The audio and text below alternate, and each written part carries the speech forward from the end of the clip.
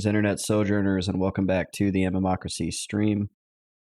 This is a surprise Sunday stream as we have a little bit of extra time on our hands, so we're going to head out to the Temple of Droga. I do have some updates that I need to show you guys, though. One, I was doing some off-stream grinding, and if you take a look here, first off, I am no longer level 45. I have hit level 46. I've finished the hell level, thank goodness. And so that's all out of the way. And then on top of that, I got this guy right here, the Tome of the Eternal. It's a int plus 10 offhand. It does take away from your save disease and your save magic, but it is a nice little 10 int bonus that I am super happy to have. We do have some chores that we need to do here in Cabalist before we head out, though, and I'm going to go ahead and drop off some words in the bank. You guys know I love my word bank, as well as a bunch of goblin skins. And let me hit up the vendor real quick, but we're good on water, we're good on food, so we don't need to worry about that. But I do need to sell off some of this stuff.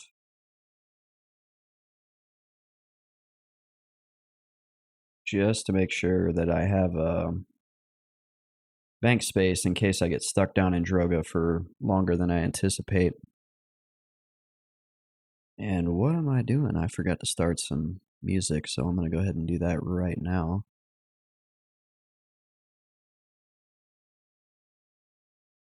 Because, you know, starting a stream is hard, and going through, do I have everything I need is hard. Let's see here. Oh, I did download Pig Parse, so I have that going. The spawn timer doesn't work nearly as well as I wanted it to, though. I'm actually not super happy with the spawn timer. Ooh, the Spine Piercer is worth 41 plat. I was not expecting that. Hello, thank you.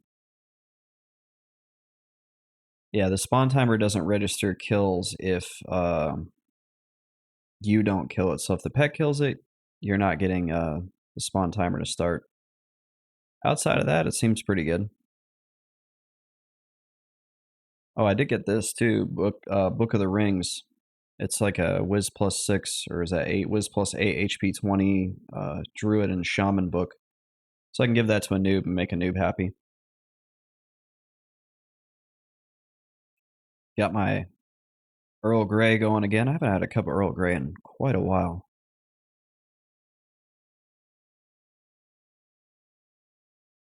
And then obviously, oh, I have like 3 different daggers now. I have the Goblin Parrying Spear. I've given one of these away to a noob already.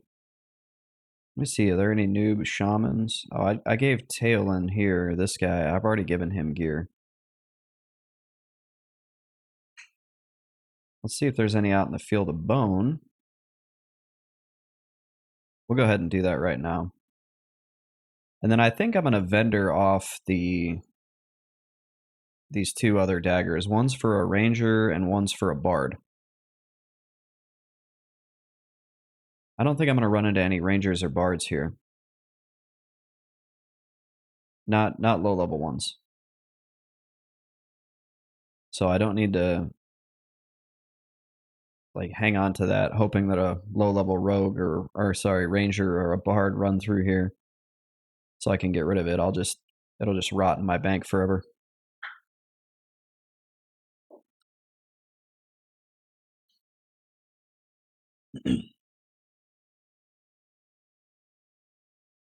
So I'm gonna go ahead and put a message out into OOC.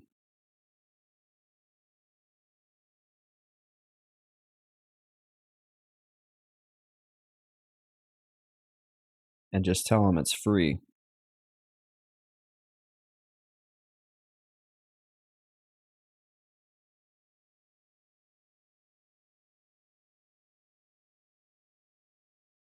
Because I'm not going to go through the hassle of like holding onto this stuff, mealing it off, taking it to EC Tunnel for 15, 20 plat, 200, even 200 plat for the book. Like, I'm not going to take the time to do that. So let's see if we get any takers here.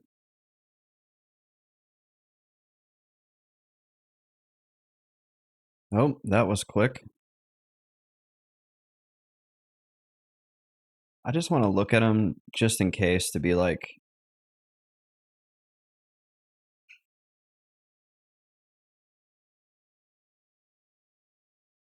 he's got a Wraithbone hammer. I don't know what a Wraithbone. He's got like a few things.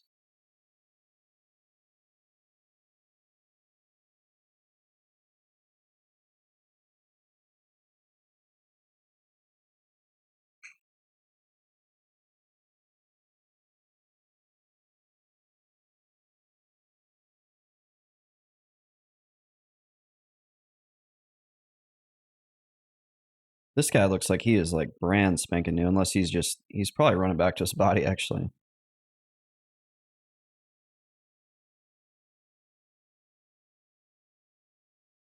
So I let him know. I said, hey, is it okay if I give one to Zarenko, one to Slither? Then I said, book or weapon. He's going to take the book. Yeah, natural. The book is good. I'll give him some consolation prizes here. You can sell these, buddy.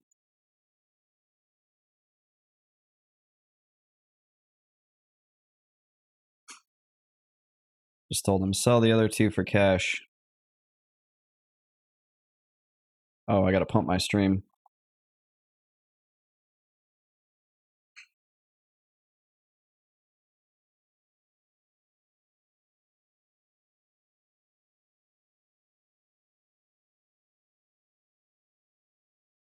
There we go. Always got to pump your stream when you're giving away gear. Anything you can do, right?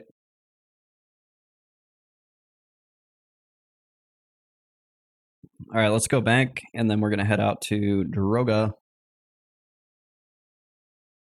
the one and only Temple of Droga. I was down there earlier, and I got the book that you guys saw, Tome of the Eternal.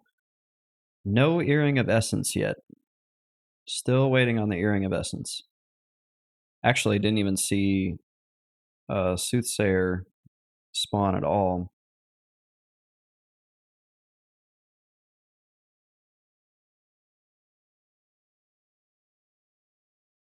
In the like probably 2 hours, 4 hours that I was there earlier. Oh, and look at this. Teolin's wearing the other goblin parrying spear. These guys are all my little minions now.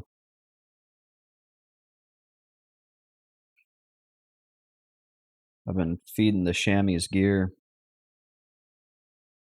Should try to get rid of these monk weapons as well. I've got a bamboo bow stick and a regular bow stick.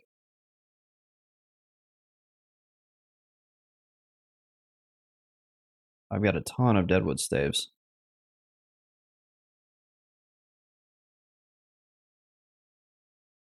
Okay, time for the word hustle.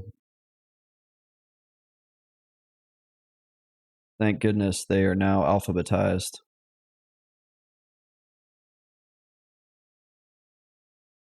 And if anybody watching needs words or needs research, you just let me know and I will take care of you.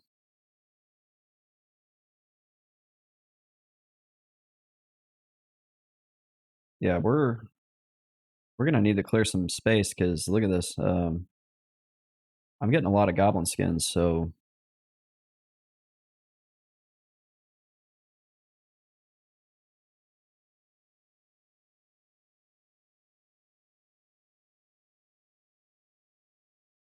words of duration. I think these are. Let me double check. I think those are mage words.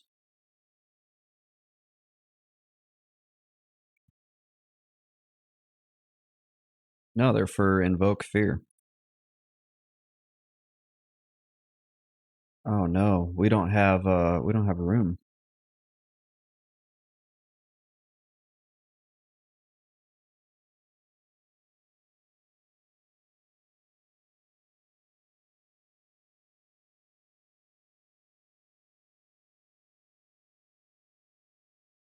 Trying to see if maybe do I have mage words in here?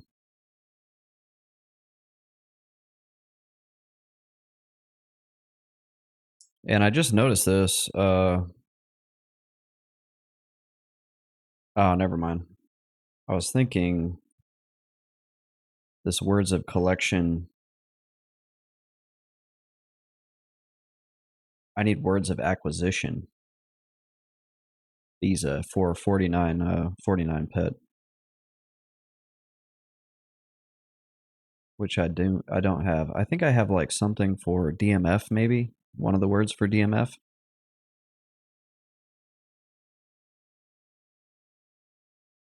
Okay, we can get rid of.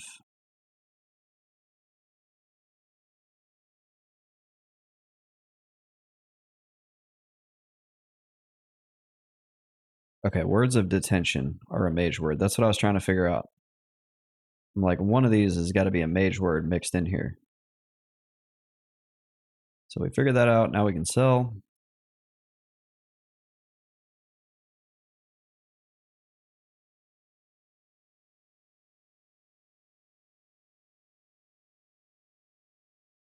Ooh, it's crowded here at the bank. Okay.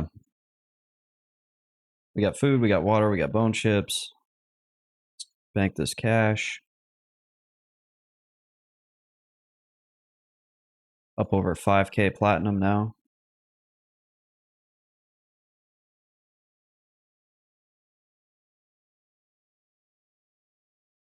And luckily, I am back in. I'm bound back in Frontier Mountains.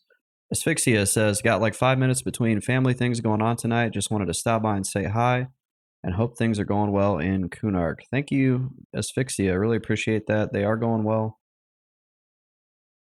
I did die. I've died twice in the last 2 days. Once to Zalgaz. I was trying to pull out of his room without pulling him because I was running out of things to kill down in Kesora, and my lull got resisted, and Zalgaz and everyone else came out. That was ugly. And then I just died earlier to. What did I die earlier to?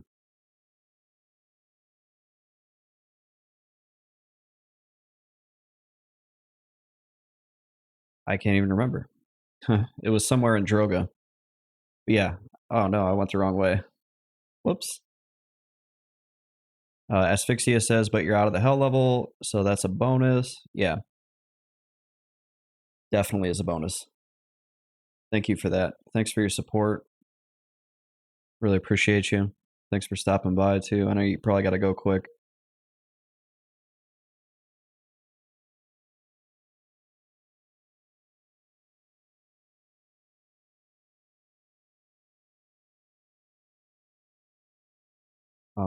Oh, let's buff.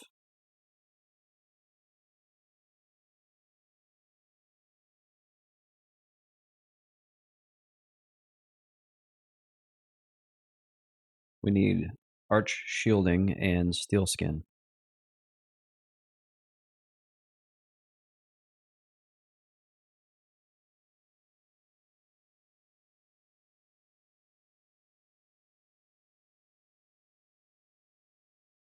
That way, when we get in there, we're already ready to go.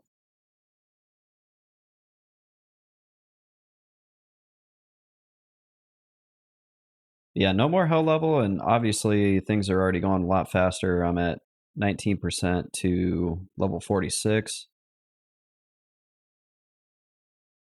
That was about an hour or so, maybe earlier.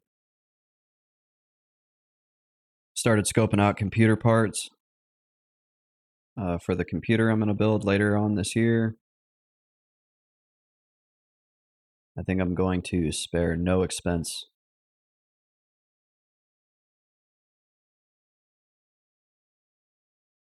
But that's because I've been saving. I've been living like a hermit. After I got my like mic and my webcam and a light, I was like, I'm not spending any more money on streaming gear for now. I think that I got like the bare minimum just to get by. So I'm not streaming with my dinky headset microphone that sounds like garbage and a webcam on my laptop that looks like garbage.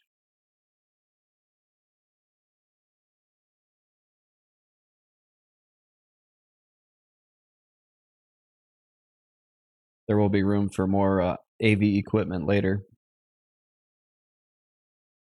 I really need to buy a bigger desk too. I've been rocking this same desk forever, and it's not that big. That's why I have to have the boom right here because I can't fit it on my desk anywhere. It's actually like hooked to a shelf next to me. A little behind the scenes there in the MMORPG stream. Some insider info for my regular viewers. Big nasty pack of goblins here. Let's get inside. We're going to head down to Droga. Maybe we'll get a earring of essence. Who knows? Man, that tea tastes good. I watched two streamers earlier, and both of them seem to have like built their communities on just being like absolute jerks to the people who watch them. Okay, before I go any further, I'm just going to admit that I'm a scrub and I need my nparse map up. I don't like the pig parse map. I do like that pig parse has audio triggers though. For like invis dropping. I don't know, there's a few others. That's the one I really like because it'll tell you, hey, your invis is about to drop. So I no longer have to watch this like a hawk. That's what I was doing. I'd be running through here and I'd be watching my chat box.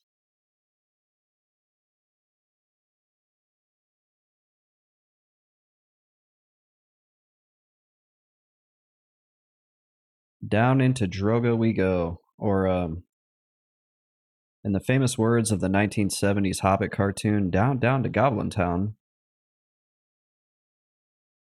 And if anybody has ever seen that cartoon, drop a comment in chat or in the YouTube comments later. I always thought that was a really cool cartoon, the 1970s or maybe early 80s Hobbit.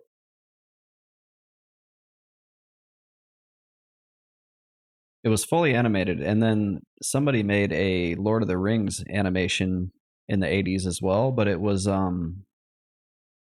like rotoscoped, like the Take On Me music video from the 80s. And I didn't really like that as much. In fact, it kind of scared me as a kid.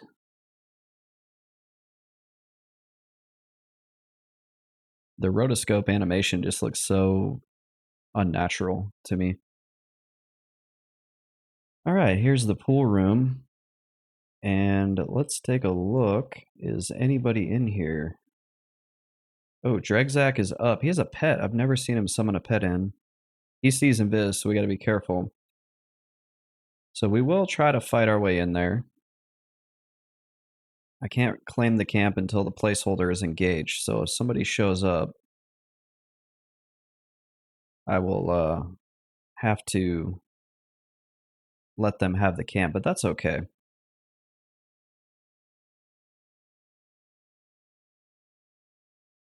And one of the things we're going to do now is my favorite thing in the whole game, and that is pet roulette, where we sit here and try to summon a max level pet.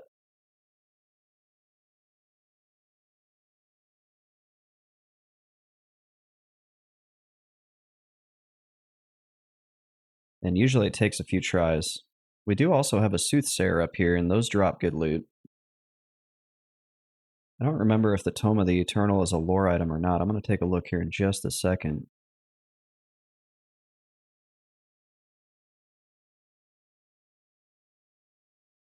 Let's see. It is a lore item, so if it drops... Cauterize was the guy earlier. He's a streamer too that was looking for it.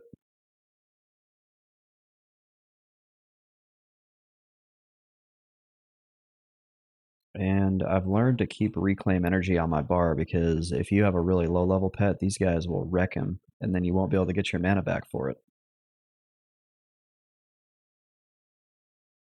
He is a blue. I'm not sure if I'll start conning greens to the lower level pets or not yet.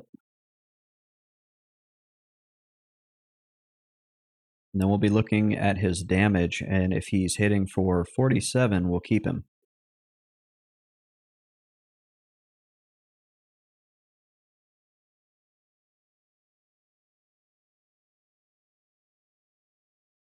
So we're going to get just a little bit of mana up here,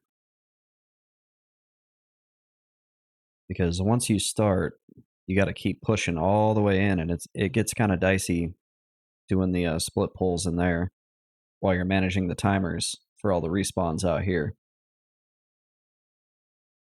But I've done it 3 times now.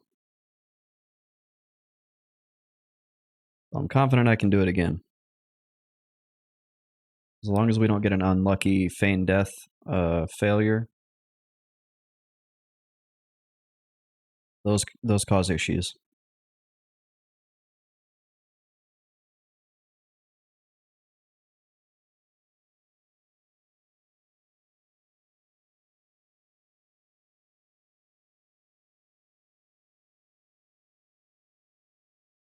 And we're going to wait till 100% mana. That way we have the best possible shot to make this happen.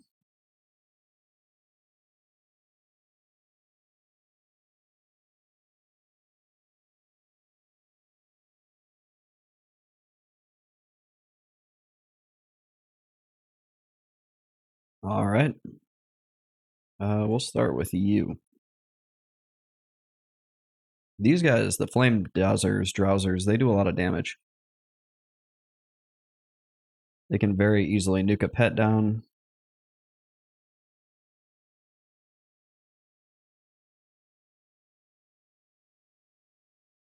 And let's see. Oh, he's hitting his damage shield, so we can't tell what damage he's doing just yet.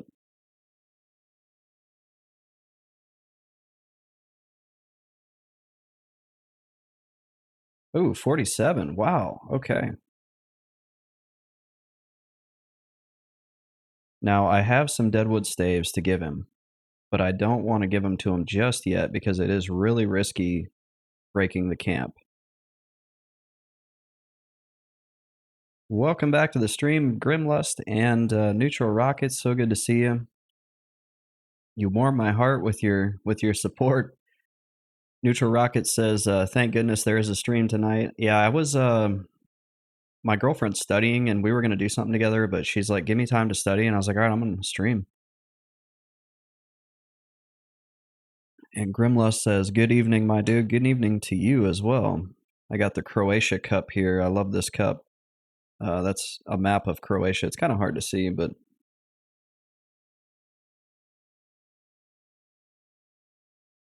pretty neat cup I picked up while I was overseas.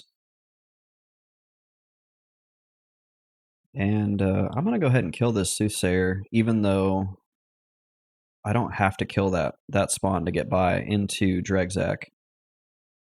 Neutral Rockets, no, excuse me. Neutral Rockets asks, "Is there Croatian grog in there?" There is Earl Grey tea.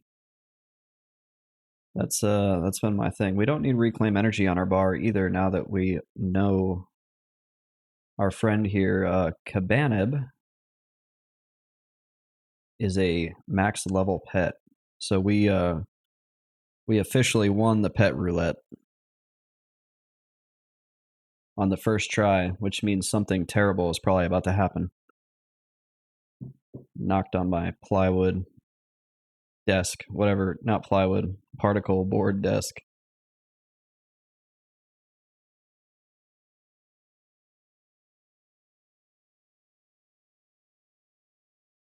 Truthfully, you get good experience out here just like fighting your way in, just trying to get in.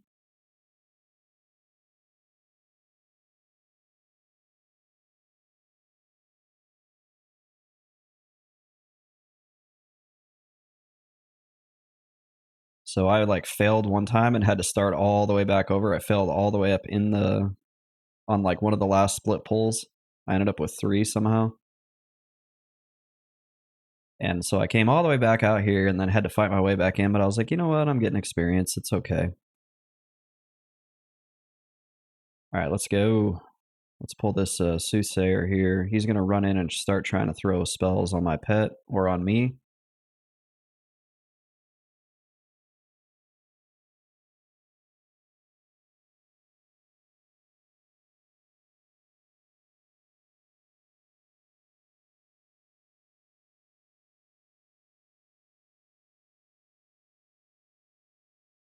And he also likes to heal, so I just keep nuking to try to counteract that. It gets very costly on your mana bar.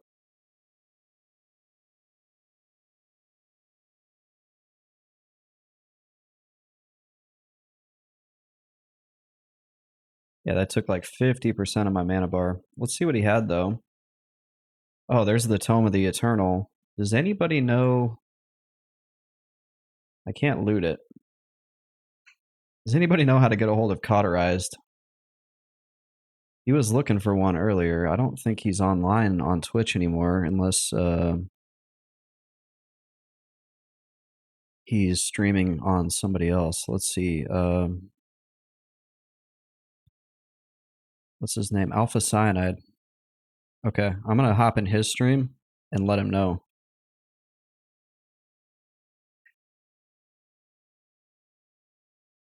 I may end up like holding this for him if he can get in here and grab it.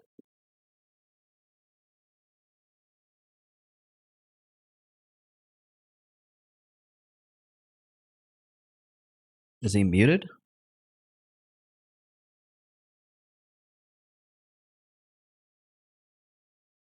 I'm trying to get this dude to.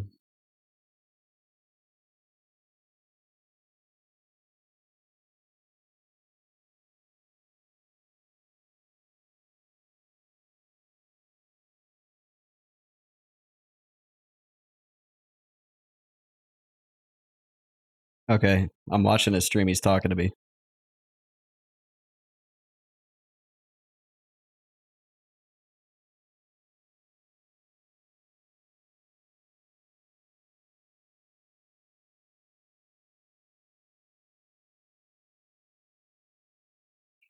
I'm talking to him. Sorry, I know it's like interrupting my stream. I'm trying to help him out.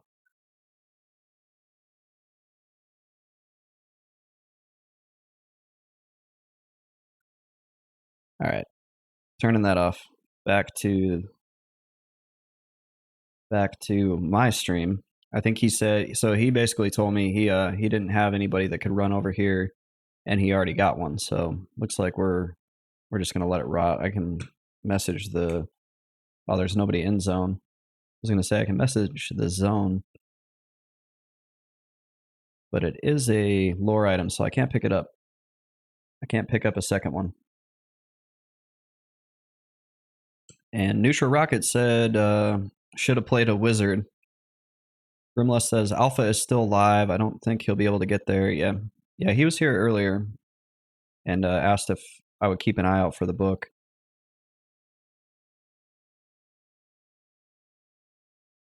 But no worries.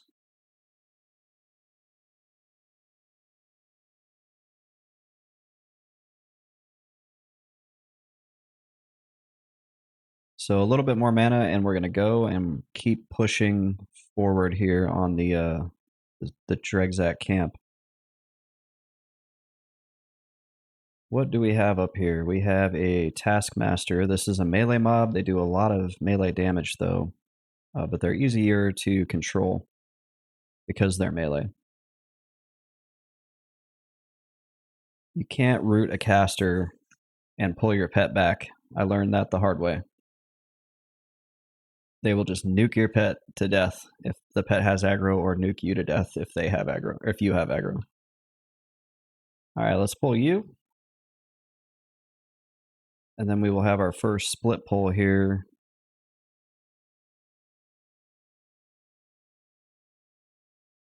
And I think my evocation has actually gotten up pretty decently over the last few days. I'm going to check it here in just a second. Yeah, you can see this guy has knocked my pet down almost, 30%, 40% here.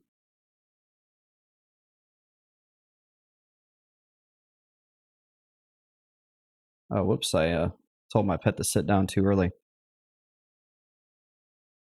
Oh my gosh, the experience is so much better, 23% already. Thank God I'm out of hell. Neutral Rocket says, you can root and dot them up and line of sight. I love you guys. You guys feed me full of tips. Until this very moment, I was under the impression mobs would just cast through walls.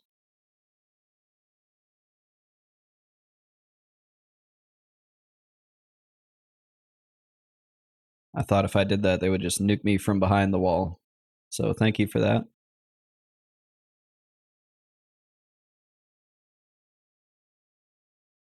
And 12 minutes on the outside spawn right here next to us. We kind of wasted some time there. How that's going to play out as we try to fight our way in, I don't know.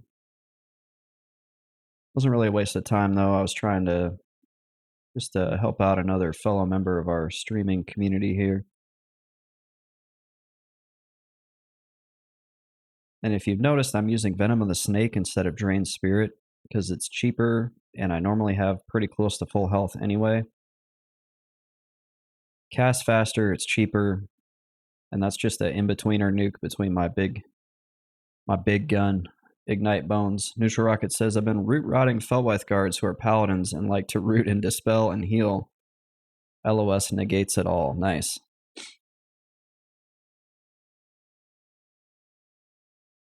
Good old root rot.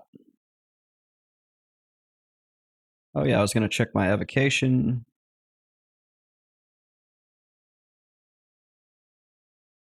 And it is at 152. Pano says spinesless cast timer. Is that like a plugin?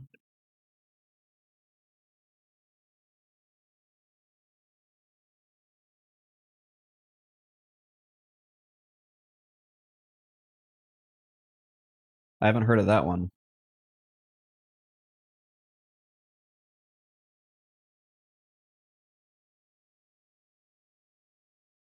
Okay, we are at 90% mana. We're going to get a little bit more.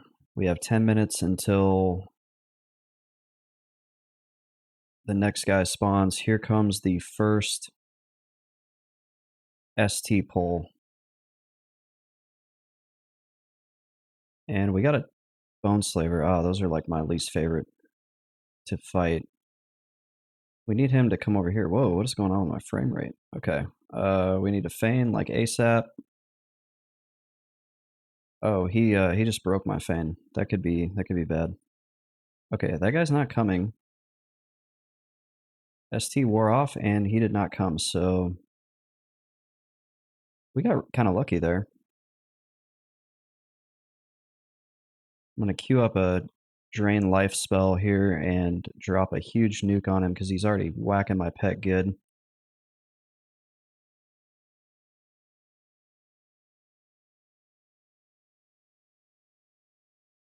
I do keep the pet heal on my bar for this reason. It does have a really long recast timer. All right, there's another one down.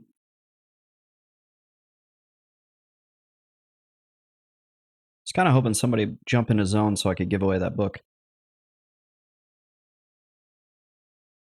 We're taking pretty good damage from these dots, so I have to kill off collarbones.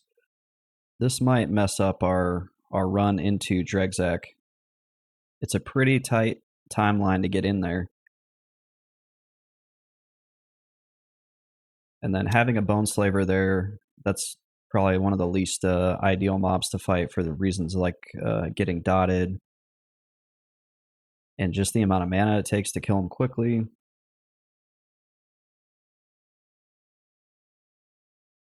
course, if I can kill one more, actually, we should be able to move from here into the door area. And then I just have to watch the respawn timer for the guy right outside because he can aggro and go into the room that you're trying to fight in.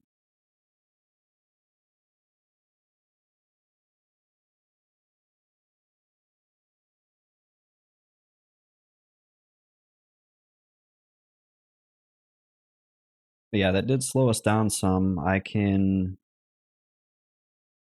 don't want to lose any more health, so I'm going to throw an Allure of Death on. That will keep me pretty much health neutral. Top off my mana bar, and then I can drain down this guy here.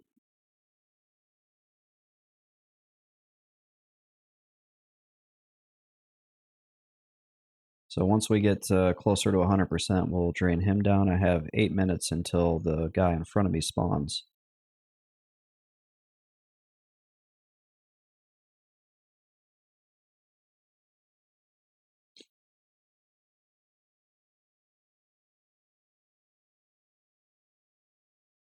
And I'm actually going to throw on Call of Bones right before we go and then just life tap him. Life tap him to death. Tap debt.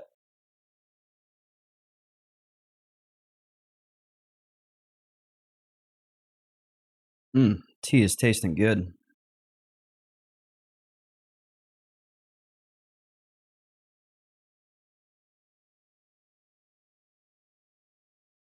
A little bit more mana here. These are the easy pulls, though. The next ones are the ones that get kind of dicey.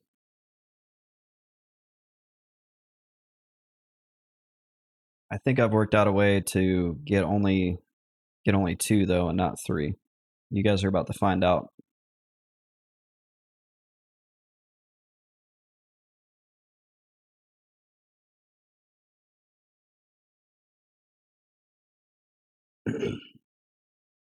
All right, let's go.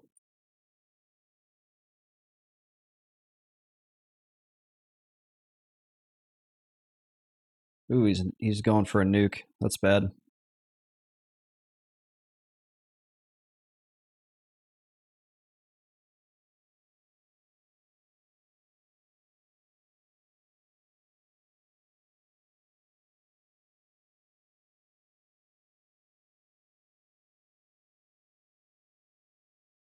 Oh, he was not even running.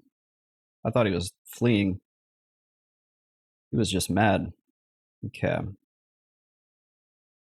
Next up, I just try to kind of get inside here. I guess it doesn't really matter. Now we're gonna med. I'm gonna check one thing on Soothsayer Dregzak and see if he is immune to fear.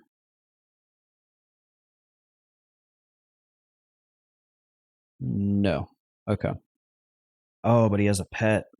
Shoot. Pet's gonna mess it up. This is gonna be fun. I've never come in here and Dregzak has been up.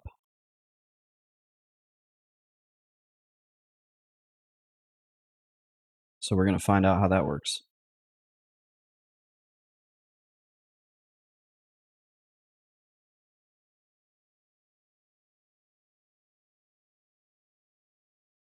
We may end up fighting Dregzak out here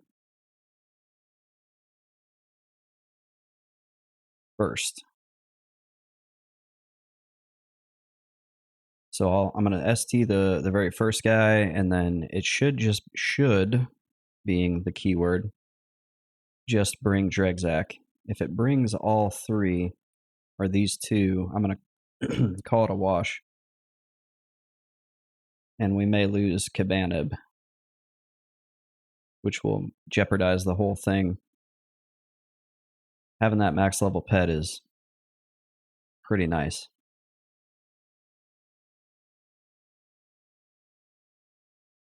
All right, a little bit more mana here.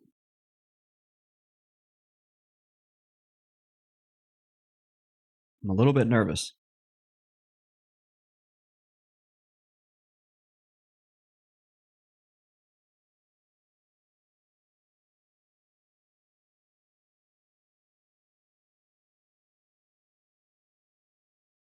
Yeah, I want to say I ST'd this guy right. You can't really see him. This one right here, the Adept, the first pull in the room, and it only brought Dregzak, or the placeholder.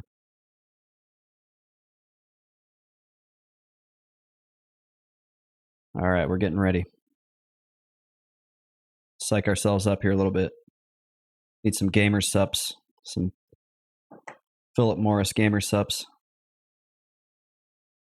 That was not an endorsement. Nicotine is bad. I seriously watched a streamer like pound gamer subs earlier. I was like, what are you doing? All right, folks. Here we go. Wait. Don't go. We need to buff our pet. Psych. And we need steel skin. Thank you, Neutral Rockets. It fell off. We're not going to steel skin. We're going to diamond skin. We don't need that steel skin swag. We're going to use the real deal if it doesn't fizzle 7 times. That really ate some mana. Goodness. Oh my goodness, we're going to be here forever now. That's all right. This is an important moment here. Ooh. Future Rocket says, ooh. Fancy.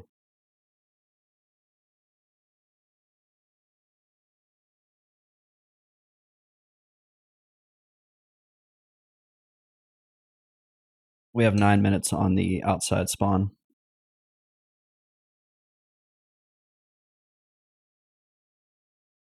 So hopefully the amount of medding that I have to do right now doesn't really put us behind.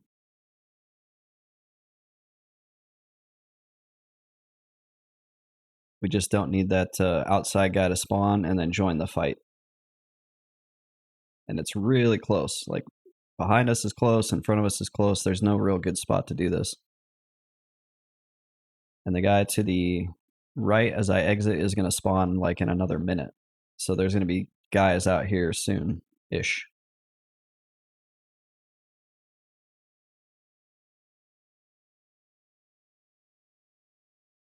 Future Rocket says, does diamond skin prevent interrupts when you're being beaten on? I don't know. I'll have to do some testing. Do you know if steel skin does?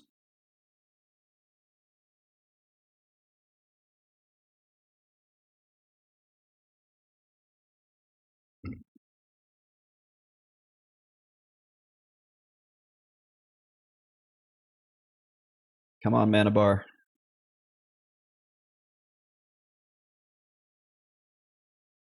Neutral Rocket says, I assume they all work the same. True. I assume that too.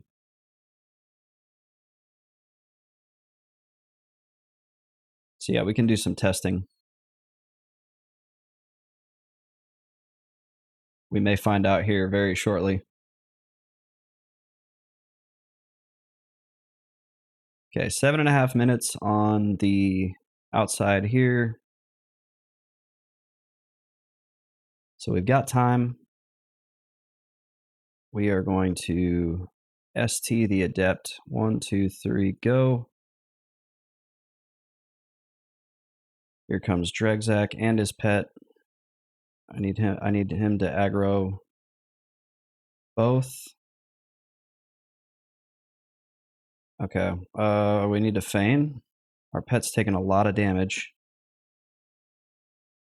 We need to watch for Screaming Terror to drop. Okay, it dropped. Now we need to root Dregzak's pet. We need to get our pet back away from him. Oh shoot, that was a huge nuke.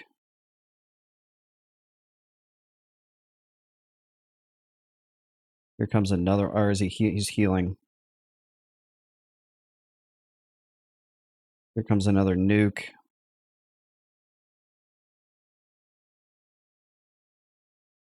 Come on, get him down. All right, we got him. Oof. Okay, we have 5 minutes on this spot here. I've never really sat in this spot, so it kind of, oh, root broke. I don't think that pet's going to be an issue. Oh yeah, he's a chamois pet. They're like, I don't even know what they do. If Dak Dog was here, he could tell me what they use their pets for.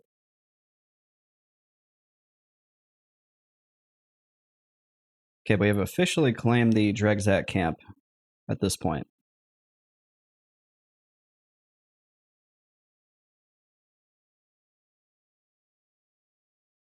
Neutral Rocket says pet just wants a pet. He's getting some good pats from Cabanib here. And to chase a bone, he's chasing. Yeah, I see what you did there. Finish that pet off, Cabanib. Come on. Now's not the time to have empathy. Just the Mantle of Mirth, which we already have. I'm sure the pet doesn't drop anything. Nope. All right, we've done We've done a thing. And actually, the mana bar, we're really not in bad shape. The pet is slowed, but I'm not going to let that deter me.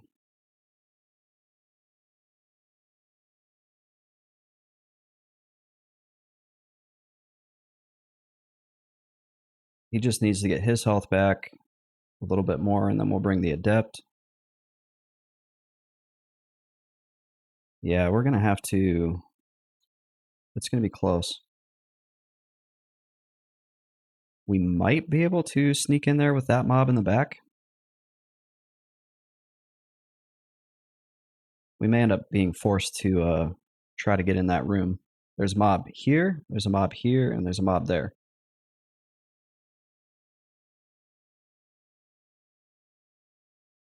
Yeah, we only have 4 minutes left until the one right behind me spawns.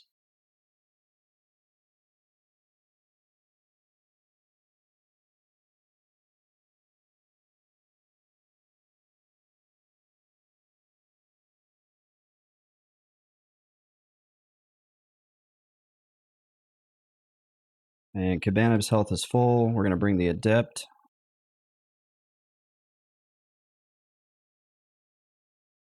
I'm going to go ahead and get a root up on him right away.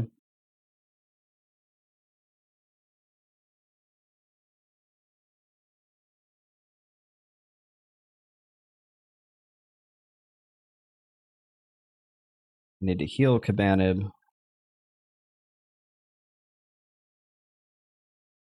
And he's trying to heal. I'm going to queue up a big nuke in case he gets a heal off. I ducked that nuke at 1%. Okay. We have 2 minutes, 45 seconds. And we should be able to kill the Dirt Scriber. And then we can move up in here to the left. And the guys on the right actually don't aggro.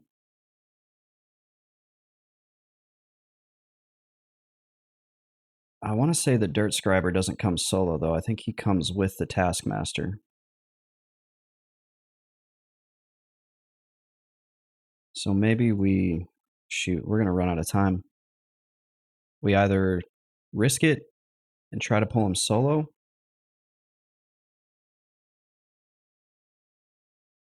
I can't remember what happens.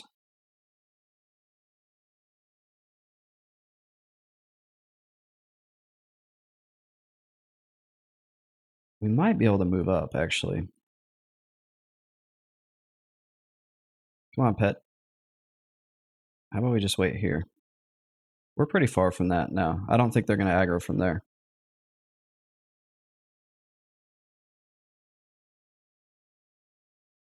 It's just one of those things where you don't have room to, like, root extra enemies. So I have a 50-50 shot here. Do I ST him and see what... I guess I could ST him and see what happens, but it might pull the Taskmaster, which might pull the other guy. I actually don't really know how proximity or social aggro works. If there's like a maximum radius, there's got to be. Otherwise, you could like pull an entire zone if everything pinged off each other. That'd be kind of cool to do, though.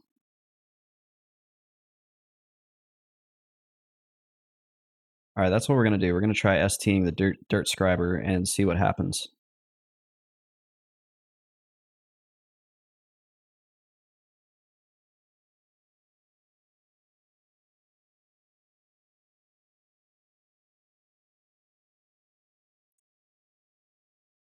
And hopefully the guy that respawns behind us isn't close enough to proximity aggro us. It's very tight.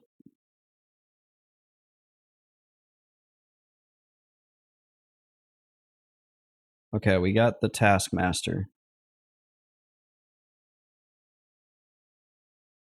We're going to feign. Feign did not fail, thank goodness. Probably feigned a little bit early, but I didn't want to take any chances. And watch for ST to drop. There it goes. Okay.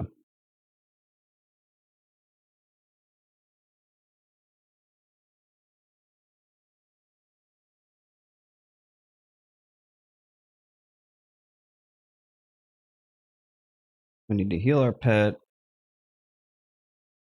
That eats a good chunk of your health. All right, we've got 3 down. That guy has spawned and he has not attacked us. So the next timer I need to worry about is in 6 minutes. And that is the actual doors, the door guards here. I'm not going to be here in 6 minutes though.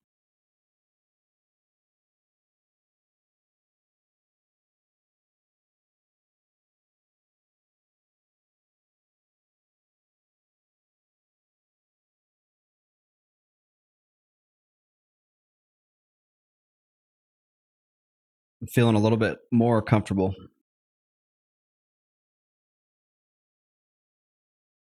I just can't back up. If I back up too much, it's going to get messy, especially with a flame dowser out there or flame drowser. Those guys nuke and they nuke hard.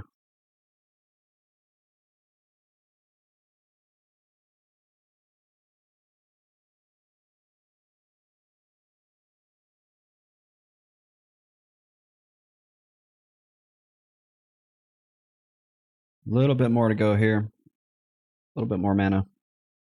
Hopefully everybody's having a good Saturday. Sorry, Sunday. Good, hopefully relaxing day for all of you that are watching, and for my YouTube viewers, hopefully your day has been good as well. I made a new thumbnail for my YouTube videos earlier. Try to look a little bit more YouTubey. I got rid of this guy here, the Mr. Best Friend XR statue. Went with something more like what you're used to seeing on YouTube in 2024 versus like this looks like it's from 1999, which is kind of cool in its own way.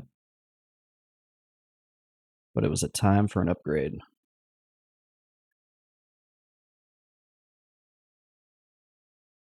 Uh-oh. Okay, we got the legate.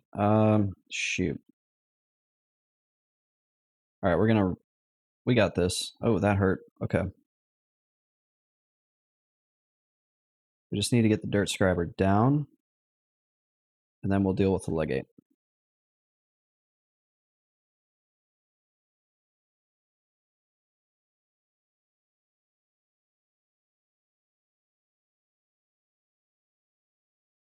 We can root rot that legate.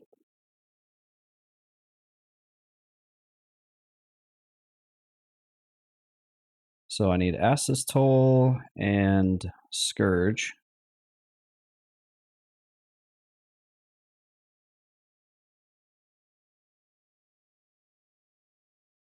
It's going to be kind of tight on mana.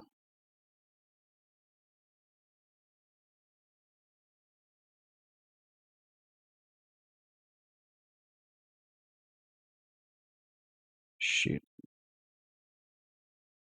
Root him. Actually, I'm kind of glad that root broke because I didn't want him like all the way out there in case the door spawned.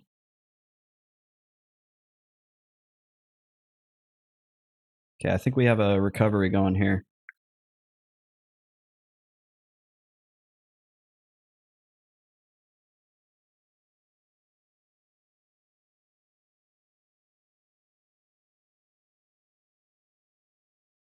It's just going to take a little while to get his health ticked down.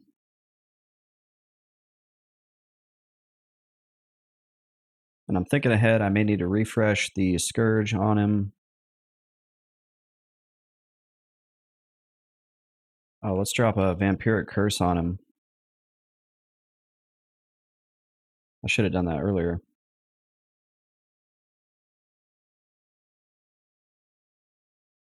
That'll help us get some health back. Then I just want to keep an eye on Root, make sure Root doesn't drop, because as soon as he gets engaged in melee, he's going to start healing.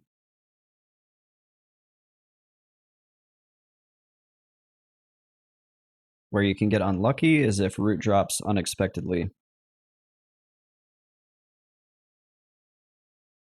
But I think I have just enough mana to do one good nuke.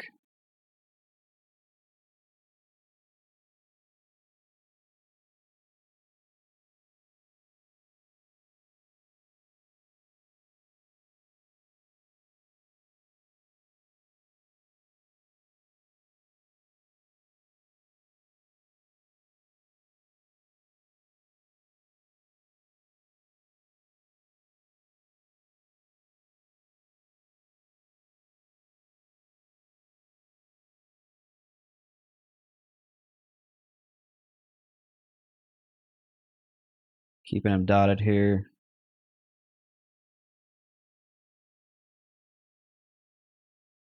There we go. And then the pet's nice and healthy. It's really just a matter of I don't want him healing, because that's just going to prolong the fight.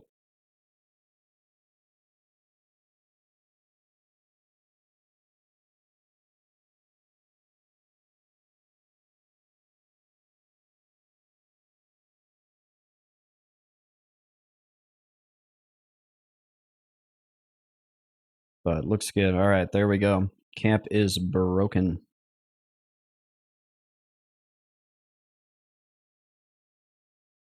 I always give this stuff to my pet, these like goblin forged whatevers. We're going to give Cabanab a couple deadwood staves too and turn him into like a total unit.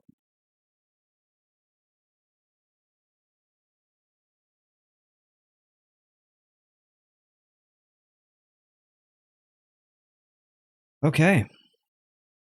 Oh. Bump the mic there. Sorry about that.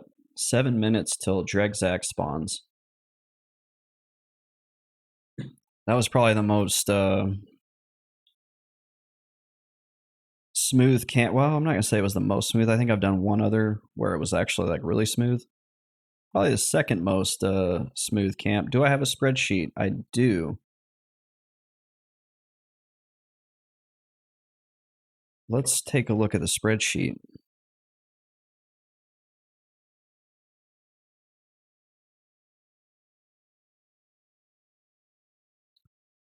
I'm not going to bring it up on stream. There's not much to see, but well, I guess I could.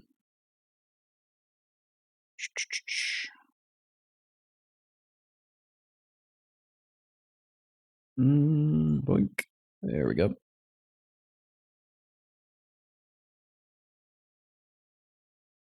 So I've killed him 4 times, and actually 5 times now.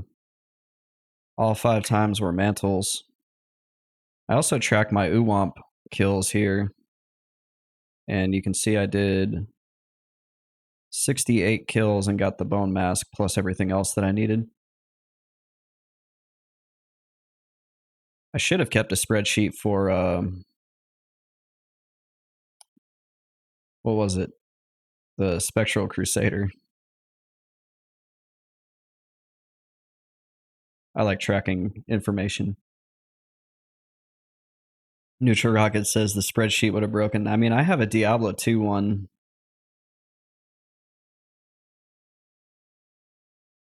Let me, since we have time to kill here.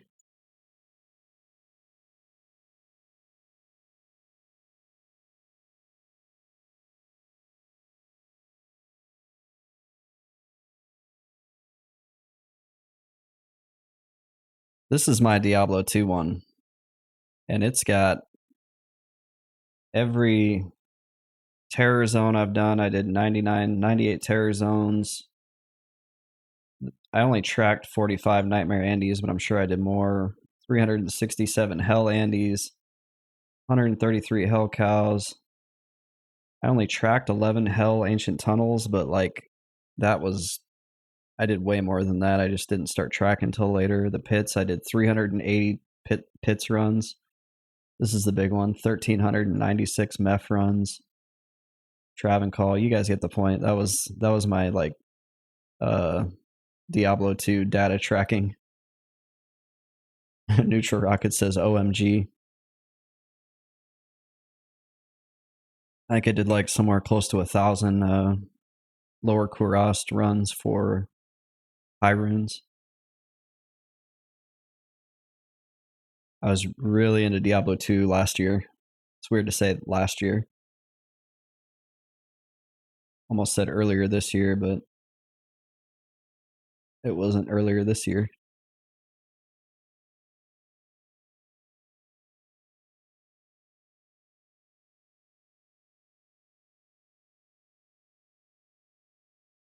And they look like they're broken up. These spawns look like they're broken up pretty good. About 3 minutes apart, 3 to 4 minutes apart. So it's good for the pacing. Bad for me whenever I need to go pee, which inevitably happens.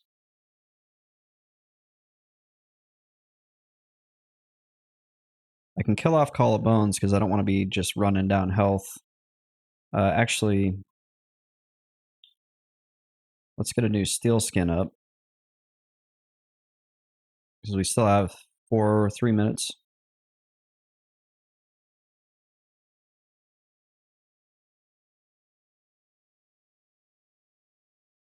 And we can do a new arch shielding.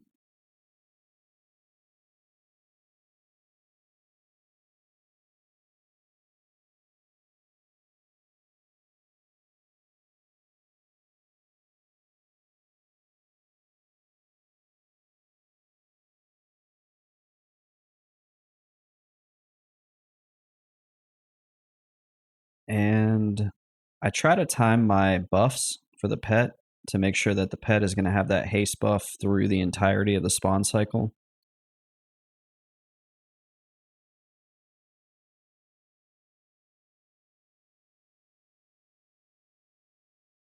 So I'm going to do that. I'm watching the timer really closely, and I'm going to do that in about 1 minute.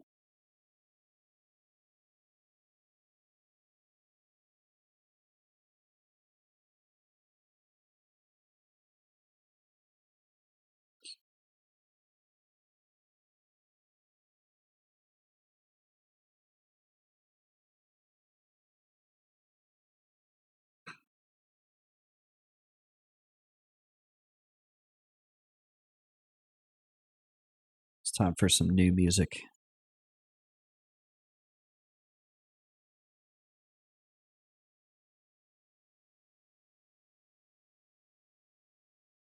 So we'll give this nice haste buff to Cabanib here. Turns him into an absolute truck.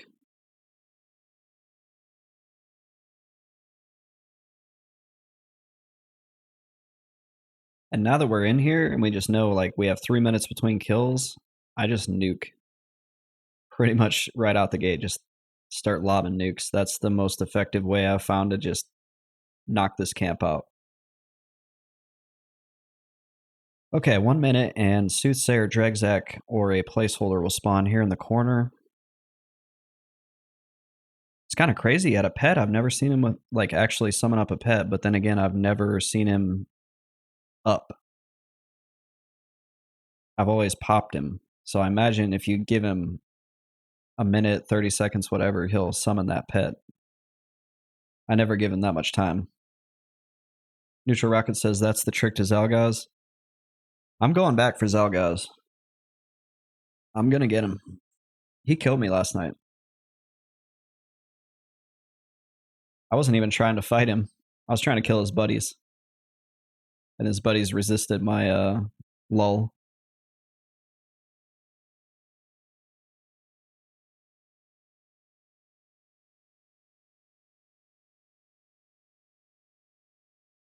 Ten seconds.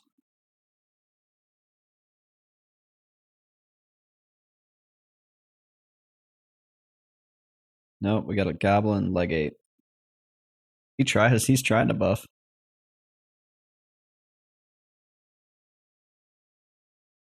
I love this camp. This is probably one of my favorite camps I've done. I like the fight in here.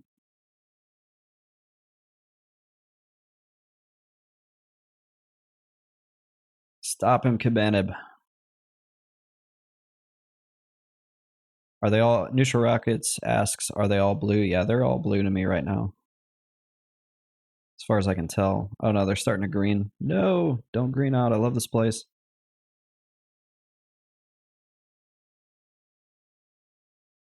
Even though they're green, they'll still give experience. I mean, I made probably 60% of 45 in Kesora, which they were all green pretty much. Neutral, I wish you could have seen. I don't think I was even. No, I don't think I was even streaming.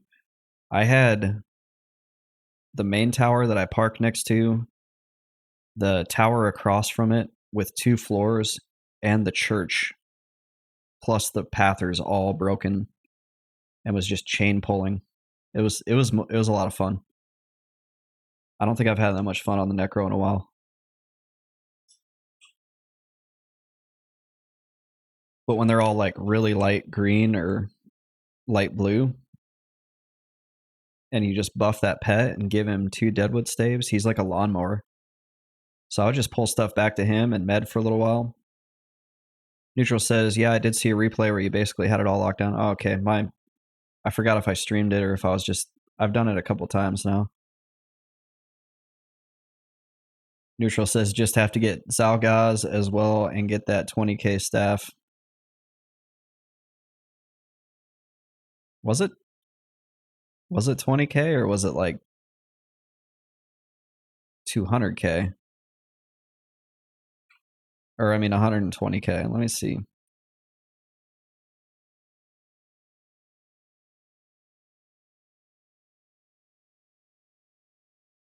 Wiki. Oh yeah, it's only 20k. Neutral says the staff doesn't appear equipped, so you won't know if he has it. Yeah, I read that. He just holds the fang.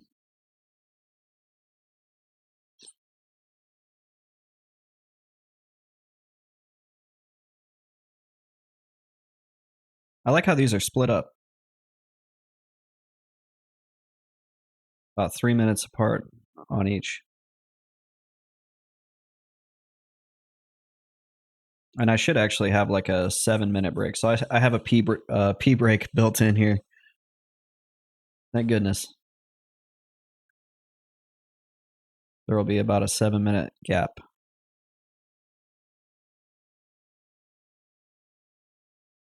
Ooh, the fanatic. Oh, he just walloped my pet. I think that was a harm touch. We need to drop this guy quick. He's doing some damage.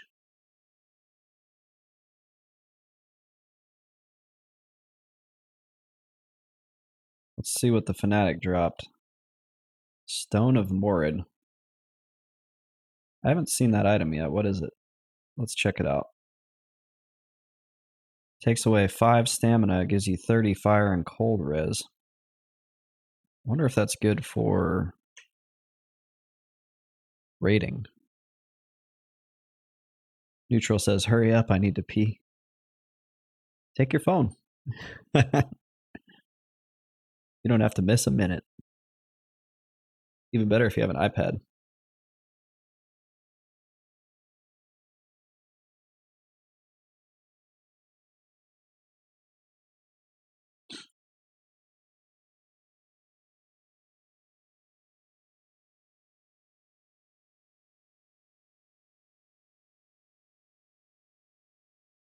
Neutral says, I always freak out that my phone is watching me. Really? It's watching you all the time. It's listening too.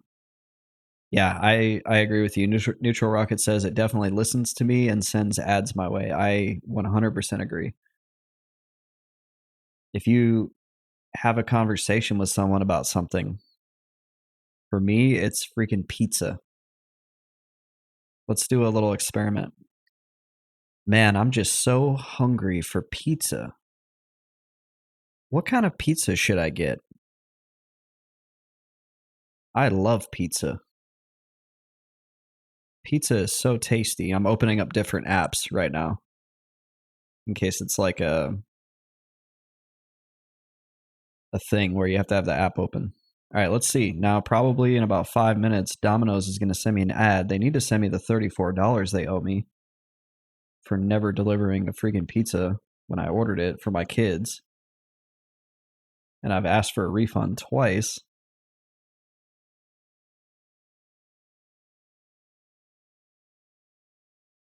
Anyway, I ordered. So I had my kids. We went to a theme park.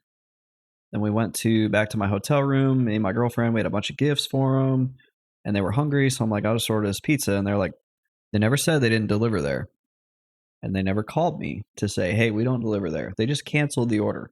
Then when I got on the phone, the guy was a total jerk about it. So then I was like, yeah, just process a refund. And they were like, yeah, we will. And that was, shoot, that was a month ago. It's probably a loss at this point. What it is really, I'm just going to call it a loss, and I'll never order Domino's again. They have lost me, which is a shame because I actually did kind of like Domino's. Neutral, what kind of pizza options do you guys have over your way?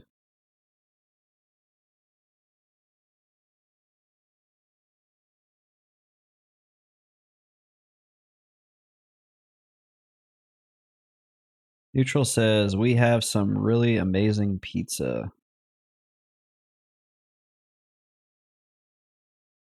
I stay away from Domino's and Pizza Hut. Well, I'm definitely staying away from Domino's. Pizza Hut, I still like Pizza Hut. I haven't ordered it in several years now. Little Caesars is cheap, but I actually think it's pretty good. I really shouldn't be talking about this because I'm gonna go order one. I'll just go pick it up. Although the last time I would try to go to pick up a hot and ready from Little Caesars, there was a dude that was like high out of his mind right in front of the pizza place, and I carry, so I'm not like super worried about it. But I'm like, do I really want to spend my night filling out police reports and stuff if something happens? And the answer was no. So I went to the place like right across the way from him. It was like a Peter Piper's. Yeah, this dude was like, he would pace around in front of the door. He would like grab the door handle, then walk away, grab the door handle, then walk away. I'm like, I don't know what this guy's doing. I'm going to stay away from him.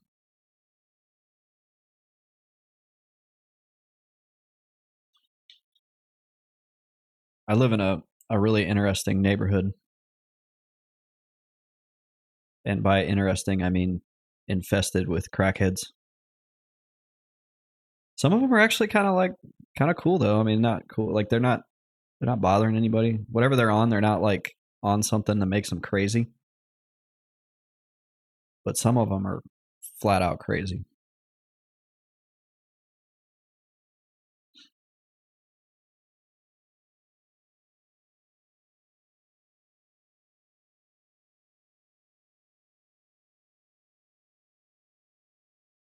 I should probably eat some of the groceries I bought though. I went grocery shopping today and spent a good hefty chunk of change. I do this thing where like once every probably a month and a half, 2 months, I load up on all your like non-perishables like laundry soap, dish detergent, sponges, all that basic stuff you need. So I have like one paycheck every 2 months where I just wipe out a bunch of money doing the essentials.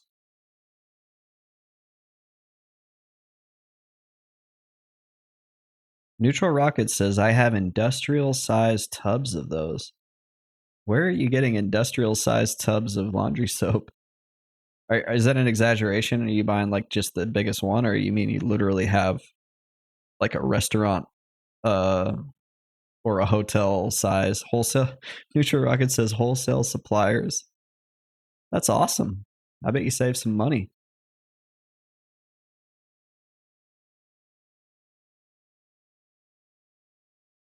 Is that something where you have to have like a license?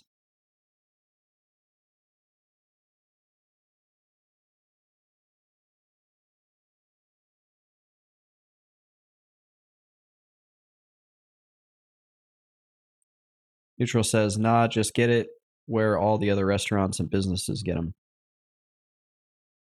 So you're just like showing up there and they're cool with selling it to you. That's cool. I know some things like that you have to be licensed.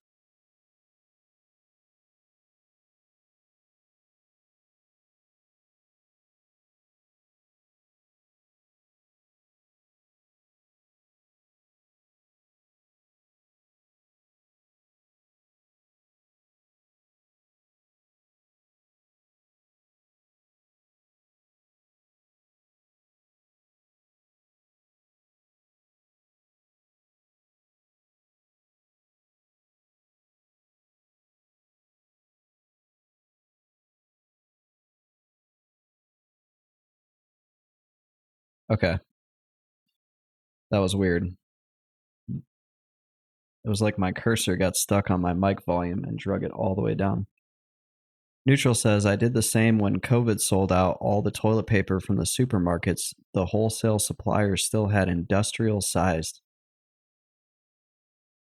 I think I've told this story on stream before, but when COVID, I'm going to tell it again because what else are we going to talk about? When COVID hit and everybody was looking for like Lysol and disinfectants, it was sold out everywhere.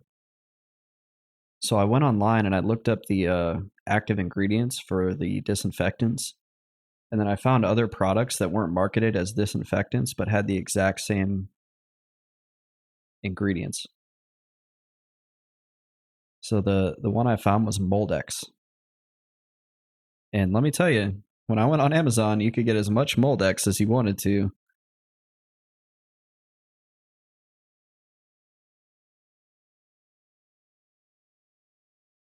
Nobody cared about Moldex in those days. That was a little pat on the back moment there.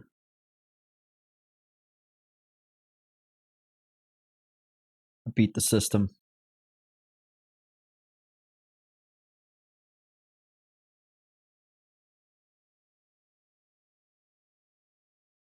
Oh, I'm so glad to be out of hell. I've said it before. I'll probably say it 2 or 3 more times. 33% to level 47. Neutral, what and anybody else watching, but especially Neutral, when do you think I'll be done?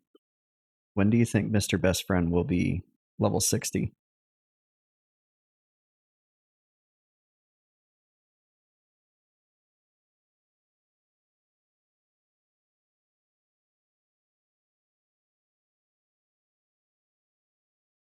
I'm kind of trying to figure out like how long it will take.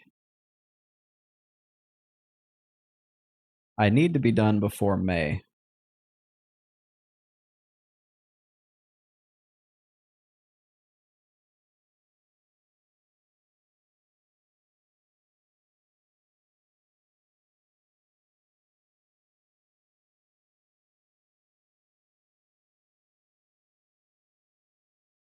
Neutral says, yeah, you should do it before May, easy.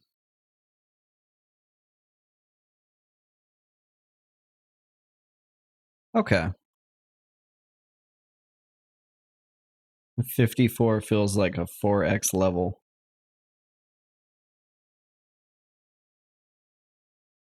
Let's see, we should have one more coming in here soon.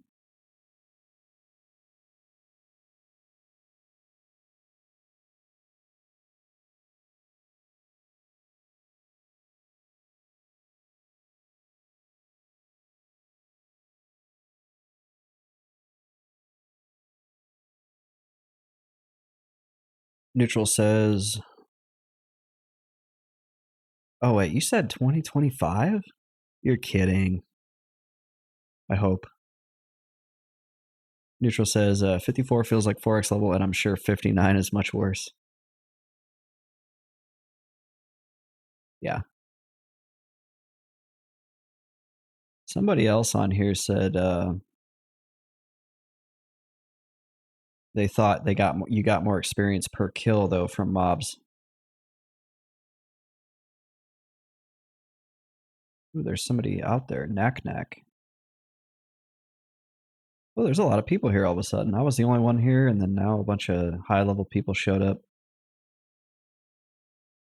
Maybe there isn't one more coming. I kind of lost track.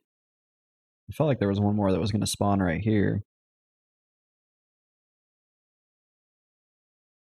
It doesn't really change anything. Neutral Rocket says, at least at 59, you have extra motivation. That's true. You can see the end of the road. This kind of sounds like the Parasite Eve opening song.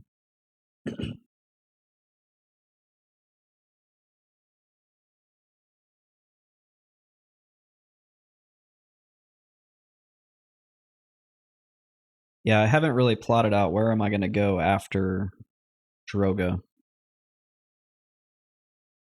And I haven't really decided how long I want to stay.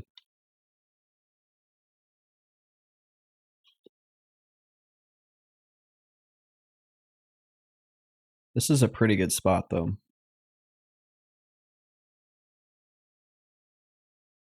If the break hadn't gone so rough, I would probably, and I may do it on the next go around anyway, maybe grab these two.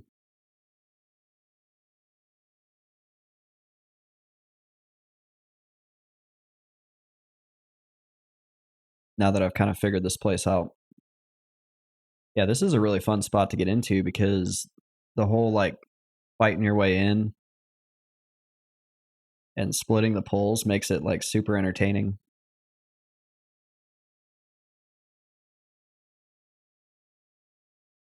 Does anybody know what all these high levels characters are doing here? I think sometimes people talk about camping rock Gus.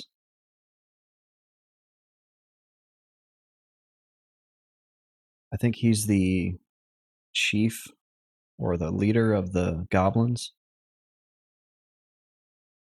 but I don't know why they camp him.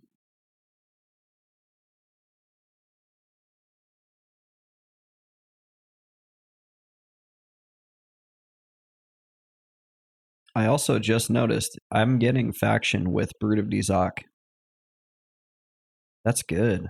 That made my night. If I can get that faction up, I'll get that sweet ring. The one that you have to be like friendly or neutral with the Sarnax to get.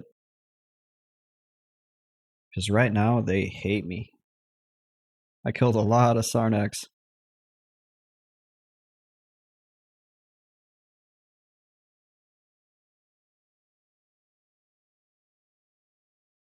Okay, we're going to buff the pet up here.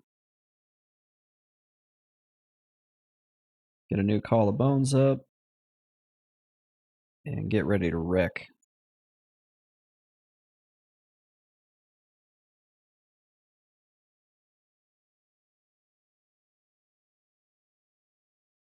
I like the nuking strat for these because one, it guarantees that you get full experience, and two, it's just fast. I like these fast fights. Neutral says it was something like 30 plus stacks you need of skins. People buy them for 200 plat a stack. Yeah, I think I'm going on 3 stacks right now.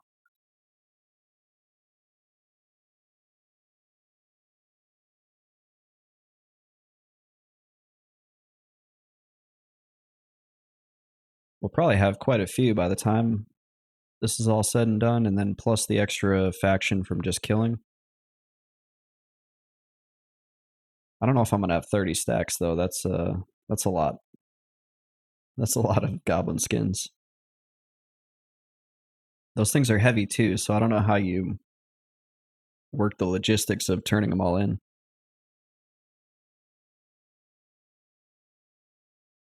Because you can't carry 300 of them. I think they weigh 1 pound apiece.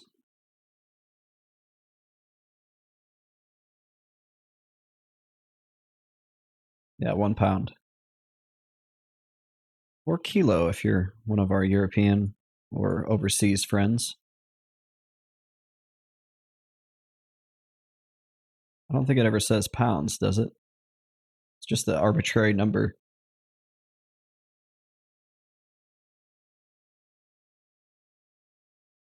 Or I suppose it's an arbitrary unit of measuring weight. 10 seconds.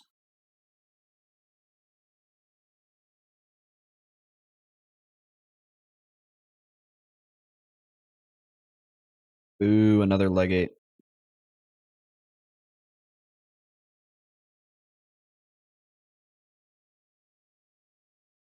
It's also good that I'm getting evocation levels. My evocation was so bad a couple weeks ago. Kick that heal. No, pet, you let him heal. Oh my gosh, he got another heal off.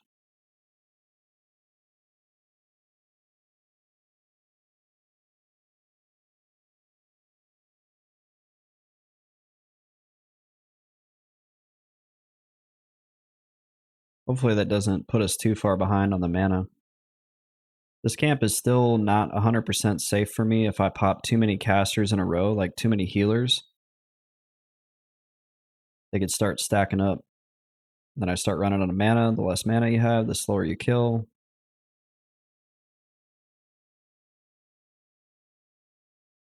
Like if I was to get like legate, adept, bone slaver,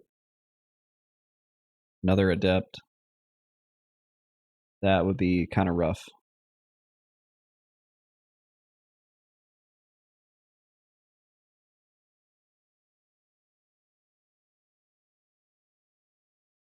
Yeah, I think that ring from,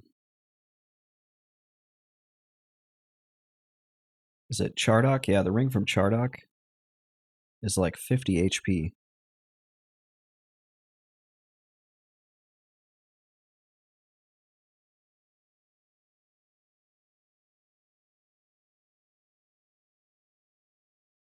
Trying to find it here on the wiki.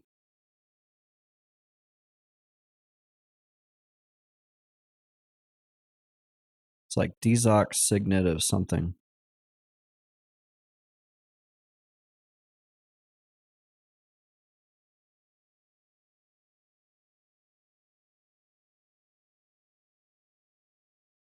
Here it is. Charisma 1, Wiz 1, Int 1, HP plus 65, mana plus 45. You have to have Warmly Faction. It's really cool to see how EQ did things and then WoW kind of followed suit. Like the ring idea, EQ started that, the whole faction ring thing. And then WoW did it in vanilla WoW with the Encourage patch, where you got a new ring for each level of faction. Neutral says the upgraded ring is even better. Oh yeah, that one is HP 85, mana 50, and it has a on equip effect.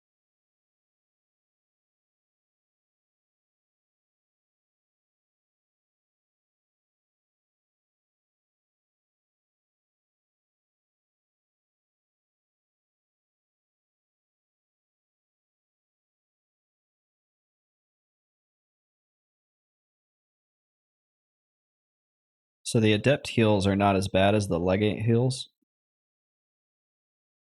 So I guess what would be the worst spawn cycle would be like 2 legates back to back, and then a bone slaver, and then like another legate. If that happens, that would probably boot me out of here.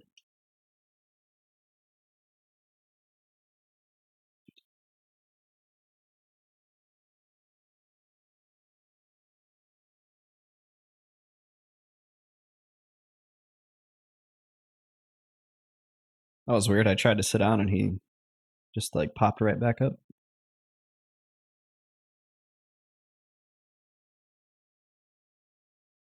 I got a lot of flack earlier today for going to Kearns, and I let everybody in Kearns know, like, hey, I'm just here to farm up a few bone chips and then I'll be on my way. I apologize in advance. And there was like 2 players that were really rustled by it.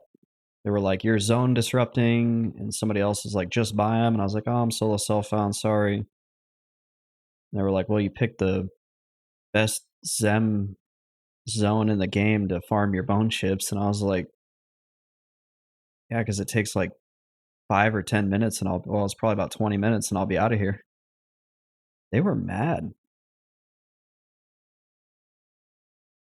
I figured if I like said something ahead of time, like, "Hey guys, just here to do this, and then I'll be on my way." And Neutral Rocket says gamers will be mad. That was kind of what it felt like. It felt like the somebody was like getting upset that I was scooping their pixels.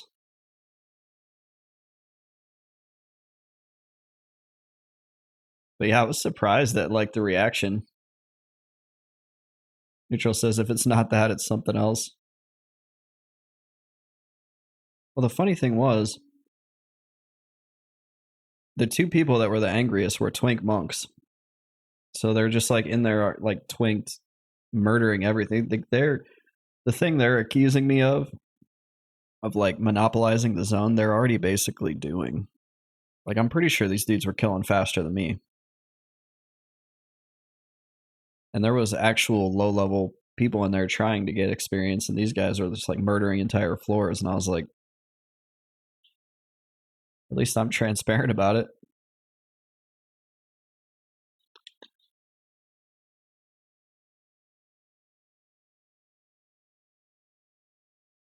But what are you gonna do? I just don't want people to see Mr. Best Friend and be like, oh, that guy. Except for Juke, poor Juke. I don't think I'll ever go back in the good graces of Juke, and rightfully so. I feel so bad about how that all played out and what I did, and it wasn't intentional, but was not smart play on my part and got him killed.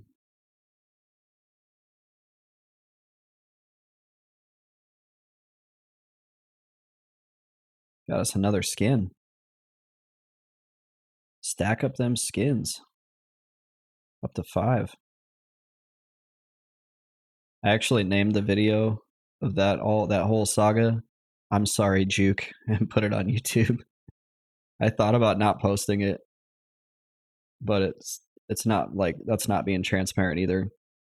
Like, oh, I did a boneheaded thing, so I better not post this video to YouTube. Like, no, I've posted the whole thing from like level 9 all the way to now, so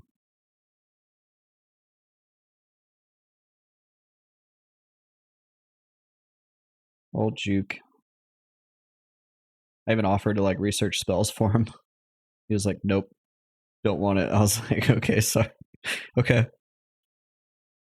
I'm gonna go back to down near now. I'm never leaving down near again. Neutral Rocket says it happens. I'm sure I've done the same a few times. Yeah, the lesson learned for me was like, don't go into someone else's camp, especially right after you feign, because mobs will not 100% forget you when you feign. So there was a lesson learned, and I feel bad that he died. The worst thing was he didn't have the mana to feign. And then Neutral was like, well, you can twitch some mana on him. I'm like, I didn't even buy the spell because I don't play with other people. I should probably buy it just in case. I would have never like thought about it. I've never grouped on a necro past like level 29, I think. Do they have the mana battery spell at 29? Maybe they do. I feel like there was one time that I was grouping on a necro, and yeah, I was like pumping health and mana to another player. But that was like probably 10 years ago now. Neutral Rocket says you can always help out others out though, even as a SSF. Yeah, I can.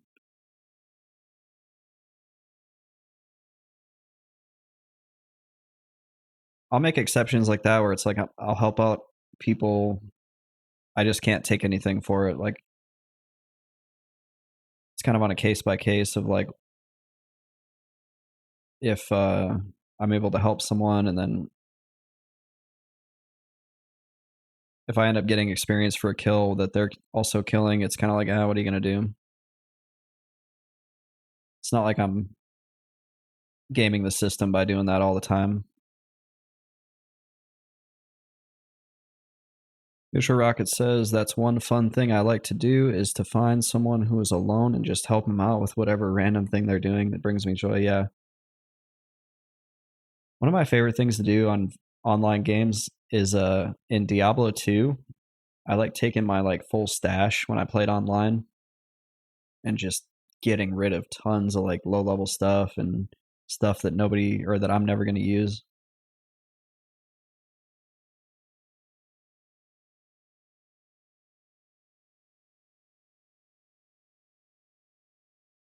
I like watching the noobs like when you show up at the stash and you start throwing it all on the ground and they're like, ah, they go start grabbing it. They're like, yay, I made him happy. I gave him another set of Saigon's gauge.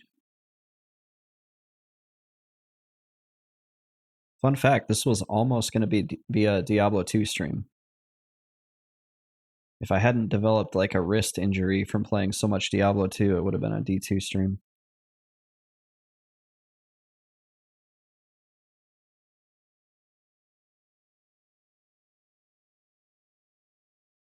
I feel like I have one more that'll spawn here.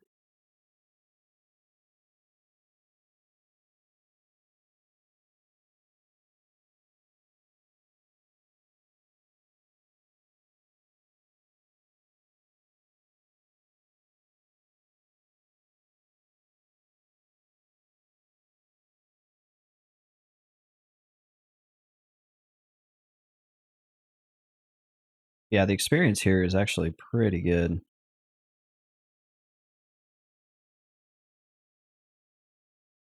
I'm a little bit surprised.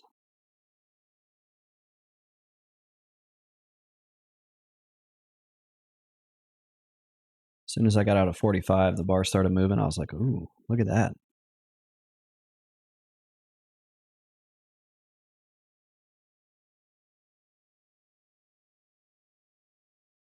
And I'll keep pushing through. The 50s are gonna be rough. But as long as I finish by May, and then in May, the TLP will come out. And as long as it's a good rule set, one that I want to play, then I'll do that.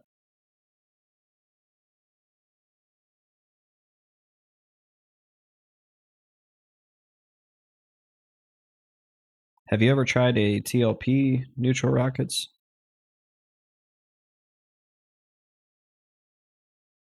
What class will I play? Probably Necro.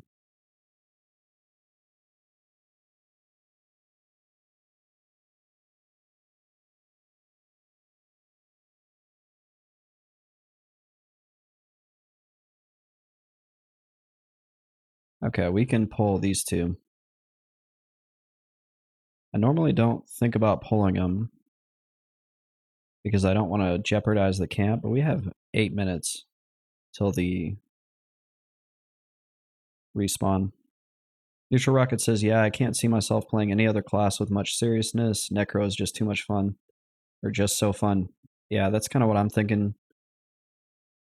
I'm starting to feel like this is truthfully my favorite class in the game.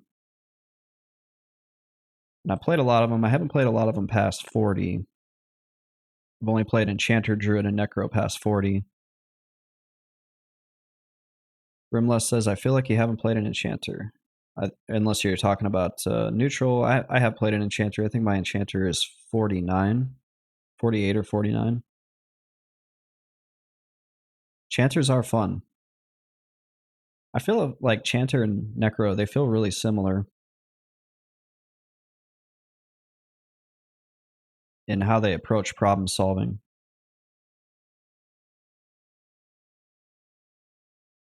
Okay, we're going to ST the Dirt Scriber. Grimla says Ench at top end is a real blast. I do need to finish my Enchanter.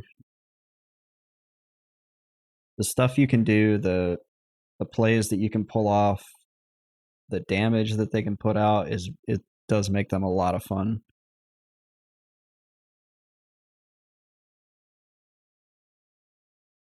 If I play another class, though, it would have to be something that could do similar stuff like this. I love solo dungeon crawling.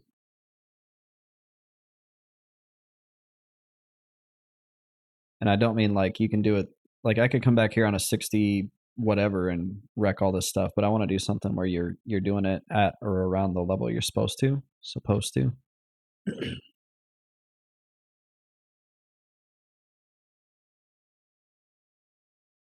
All right, let's see if this works.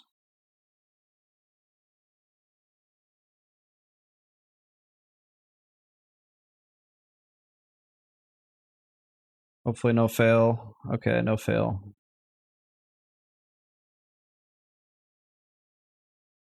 Neutral Rocket says, I would do Enchanter one day.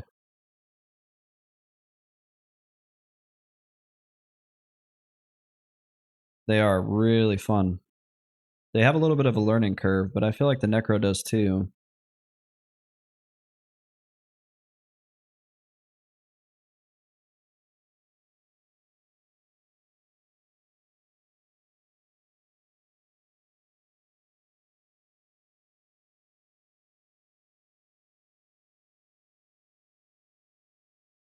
I think Enchanter is probably the most complicated class, though, to learn. And if anybody knows anything different, let me know.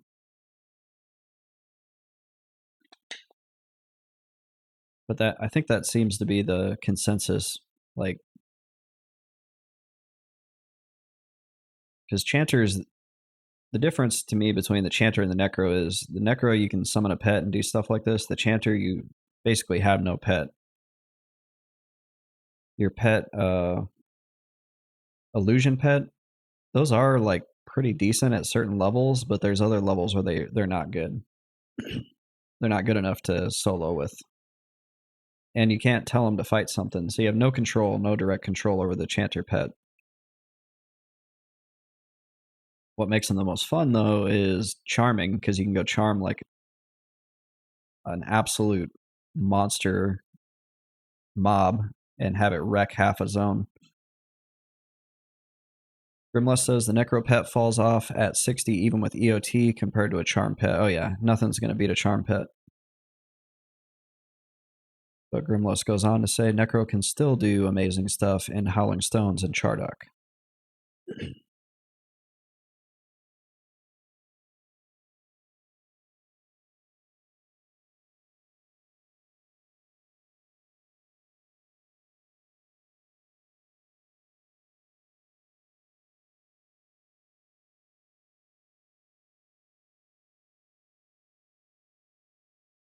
Yeah, I'm looking forward to getting into both of those dungeons. I suspect that those will have a play when I get into the 50s and I start figuring out how to level to 60. What was that all about, Dirk Scriber? You just had to come and take a chunk out of me before he got killed. Ooh, these are actually pretty good gloves. AC 7, HP 10 for like a noob.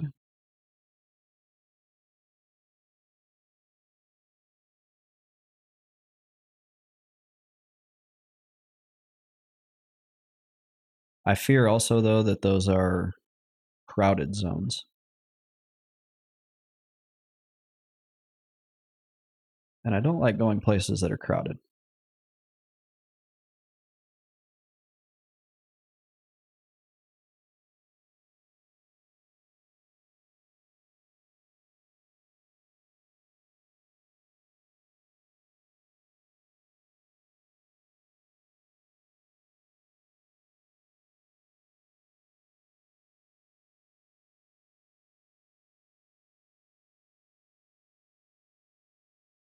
So I need to get a new buff up on my pet, but I'm in a little bit of a quandary here because by pulling those extra two,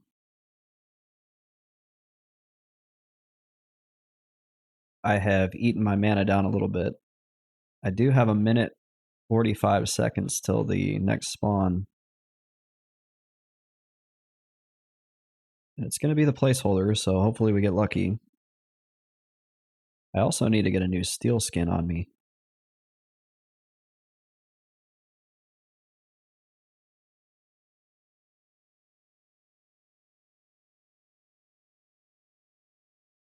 Grimlust, I'll have to check out one of your streams sometime and see some of the things you're doing on your high-end enchanter. Grimlust says Necro is way more fun to level. I don't know. I had so much fun leveling my chanter. I haven't hit the 50s yet, but I was doing some crazy camps. Like stuff you really should not be doing at the level that I was doing it at.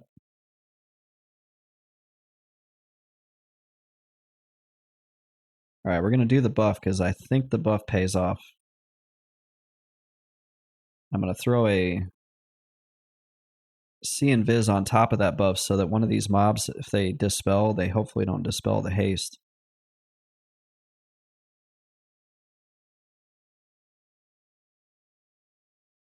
Grimless says, if you get super bored, there's VODs, but I usually stream in the mornings. Nice. Morning streamer. Somebody's got to fill those time blocks. One of the biggest streams I ever had was a morning stream.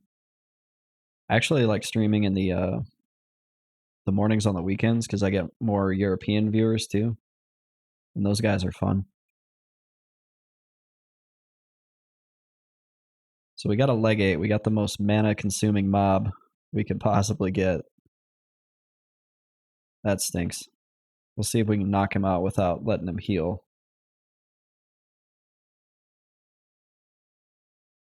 Ooh, he didn't even try to heal. He just went straight to running. We got really lucky there.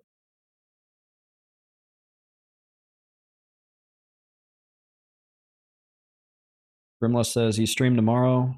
I'd love to throw a raid your way one day. So my official schedule is Tuesday, Thursday, Saturday.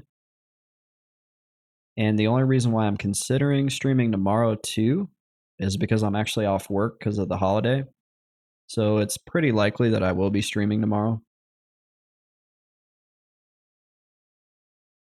And especially my girlfriend if she's at work. The other thing I need to do is I really need to get started on the Mr. Best Friend lore, like the second chapter of his lore video. Around what time? I would say probably 12 my time, so 7.5 hours minus what it is right now. What time does your stream usually end?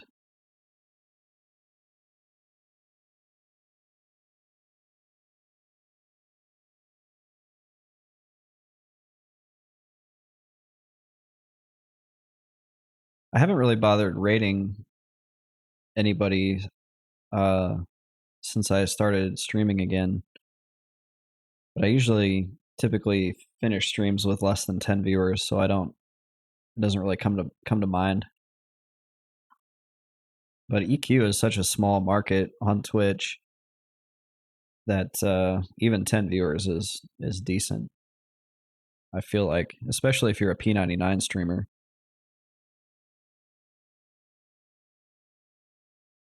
I think the P99 market is really small now. Everybody's watching Quorm. I won't sell my soul though and go over to the dark side. I won't do it. They can't make me. I don't have room in my life for a new server or a new project. This is probably the longest I've stuck with an EverQuest character for one consecutive go since starting EQ 23 years ago.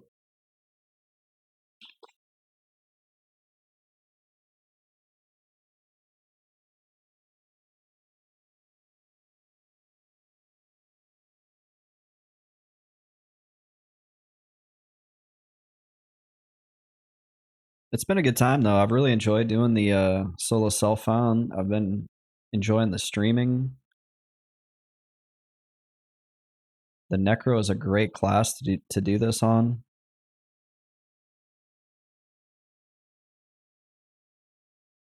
Grimless says, it's been fun tuning in. I appreciate that.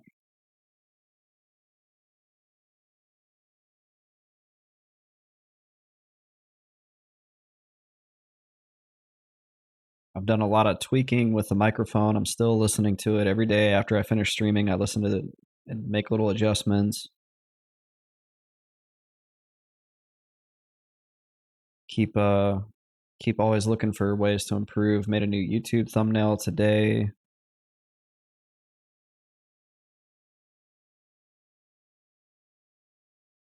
I was thinking about changing my Twitch profile picture to just a picture of me.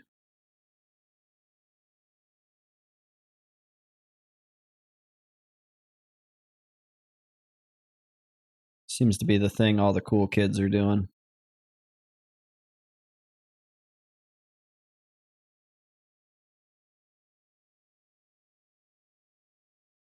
Adds a little bit of a personal touch.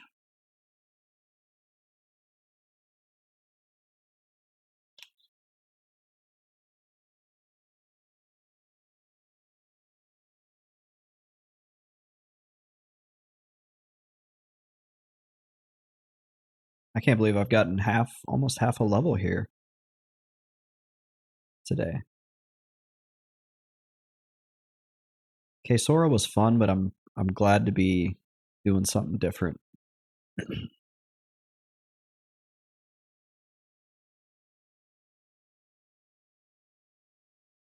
Although that would make for good streaming content. Like the amount of running around that I was doing, the amount of pulling and like lulling, it was pretty fun.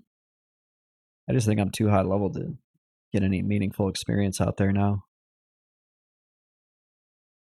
Oh, and my pet. This didn't happen on stream, but if you go in the tower across from Zalgaz and you pull something in there, and if you take a hit, even when I was mashing to tell my pet to back off, he still found a way to like teleport clear up by the other towers. Kind of by where the spiders are, where you first come into the tower area. And one time I was just like, where did he go? I'm just curious. So I just started mashing back off while I was feigned. And he had like 7 enemies on him, and it was just too much to consider trying to salvage it, which was a shame because he was a max level pet with 2 deadwood staves. And then I not foolishly, because I wanted the experience, went in there again. And he did it again, even though I was mashing back off really hard to make sure it didn't happen. But this time I feigned and I was able to bring him back. And it took like a solid probably 2 minutes of me mashing back off, or maybe a minute and a half, for him to get back down to me. And he came from like, because one of the things is like, where did he go? That's what I was trying to figure out. And he came from that upstairs area. So there is a way for your pet to teleport through the floor in Sora. I was hoping that was like a down near only thing, but obviously it's not.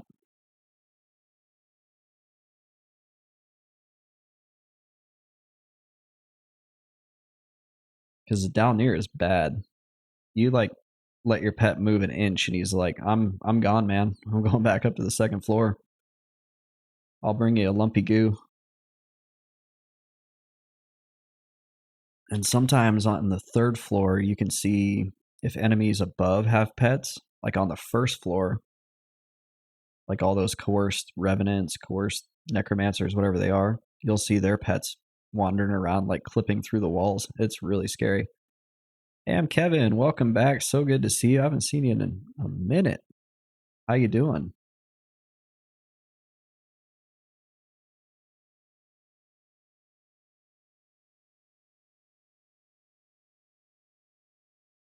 You've missed a lot, sir. I am level 46.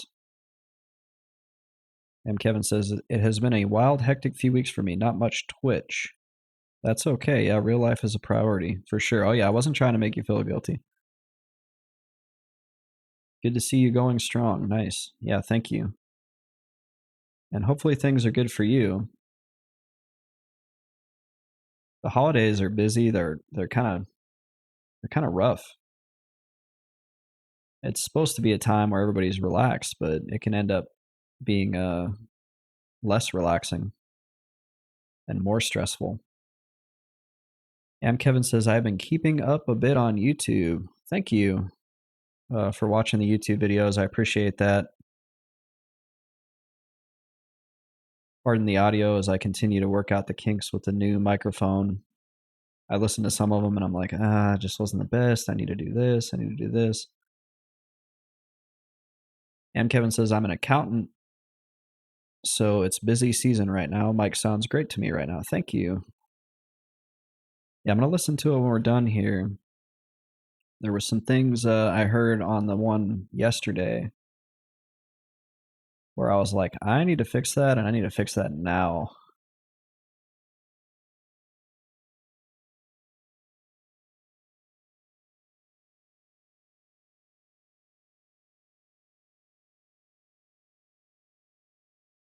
Yeah, we're down here in Temple of Droga. I'm trying to get an earring of essence.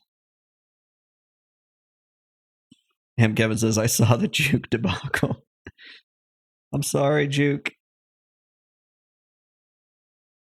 I tried to make it up to him. I tried to offer him, like, I'll research spells for you. I even offered him money. Like, I felt terrible. It really seriously put a damper on my night. Like, I got off my stream. I think I even killed the stream kind of early. And I went to get in the shower and I was just like, ugh. I'm like embarrassed. And I feel bad for this guy. I was that guy. I never want to be that guy who's ruining other people's fun. And Kevin says, I was laughing my ass off. I could tell it rattled you a bit. That's part of the game. I'm just glad I don't have like an army of trolls in my stream now. Like, you killed Juke. That'd be kind of funny though. I'd just play along with it for a time. Maybe I'll get a custom "You Killed Juke" emote made. Juke might make his way into the second Mr. Best Friend video that I keep talking about. That's for stealing the librarian. I don't think they didn't really steal it. And honestly, I wasn't going to be mad if they moved into the library because they were there first. I don't know. That was a weird night because it got really busy down there all of a sudden. Kevin says, I know, just joking. They were actually pretty cool. Yeah, they were. Like, I think that's why I feel so bad. They were like, he wasn't a jerk. He grabbed the staff and was trying to give me the staff off the librarian. I was like, oh man, I can't take it. Like, if I didn't get there to loot it, it is what it is.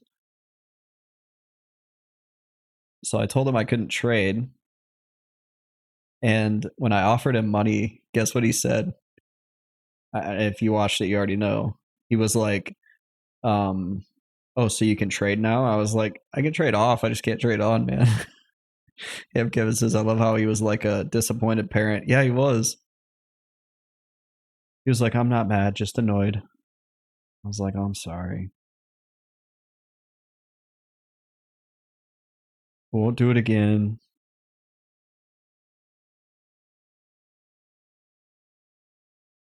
Neutral Rocket says it was funny. I'm glad you guys thought it was funny. I felt terrible.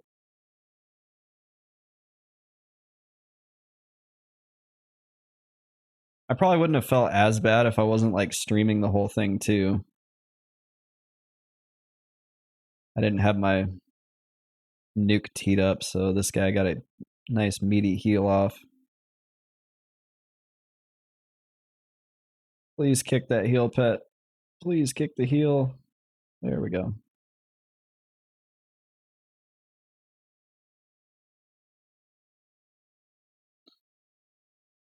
I'll go to my room now. I'll wash the dishes out of guilt. Kevin says that whole stream looked funny as hell. I had no idea about those free souls. Me either. The whole stream was just borked. Like, I get down to the bottom of Kesora and there's actually people there, which I never see or rarely see. And then there was like a group of high levels that showed up at one point, and then there was too much going on in one area. And then I pull that librarian, have no idea that he's going to spawn little minions that can explode and kill you. Yeah, that was rough. That was a rough stream.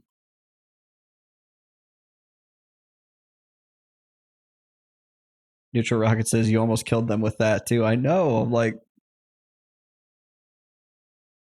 the whole thing just like slid downhill from there. It was a learning moment. I never claimed to be an expert at this game or know all of the tips and tricks or the content and how it all works. There are so many people out there that have done this far more than me. And I love it when they show up on my stream and they give me pointers.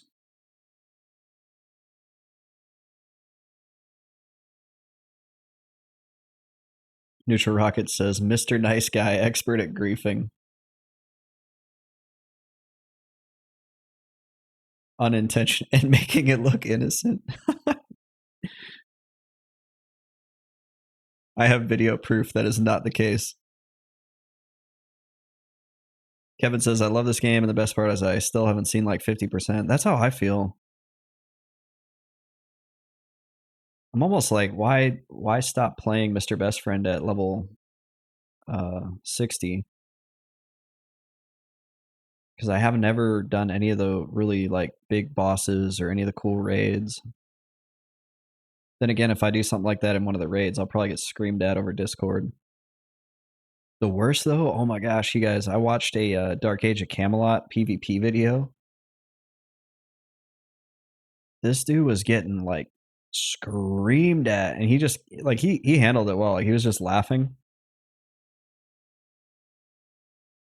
Yeah, there it was like a French guy that was screaming at everybody for something they did. I don't know enough about Dark Age of Camelot to like parse what was actually happening. And then it was like a montage. There was 2 or 3 other people that were doing the same thing. It wasn't even the same guy. This adept is going to eat my mana pool.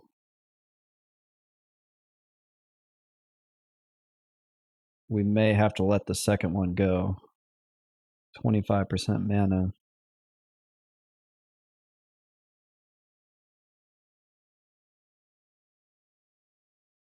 We have 4.5 minutes till the placeholder spawns. That's going to be kind of tight.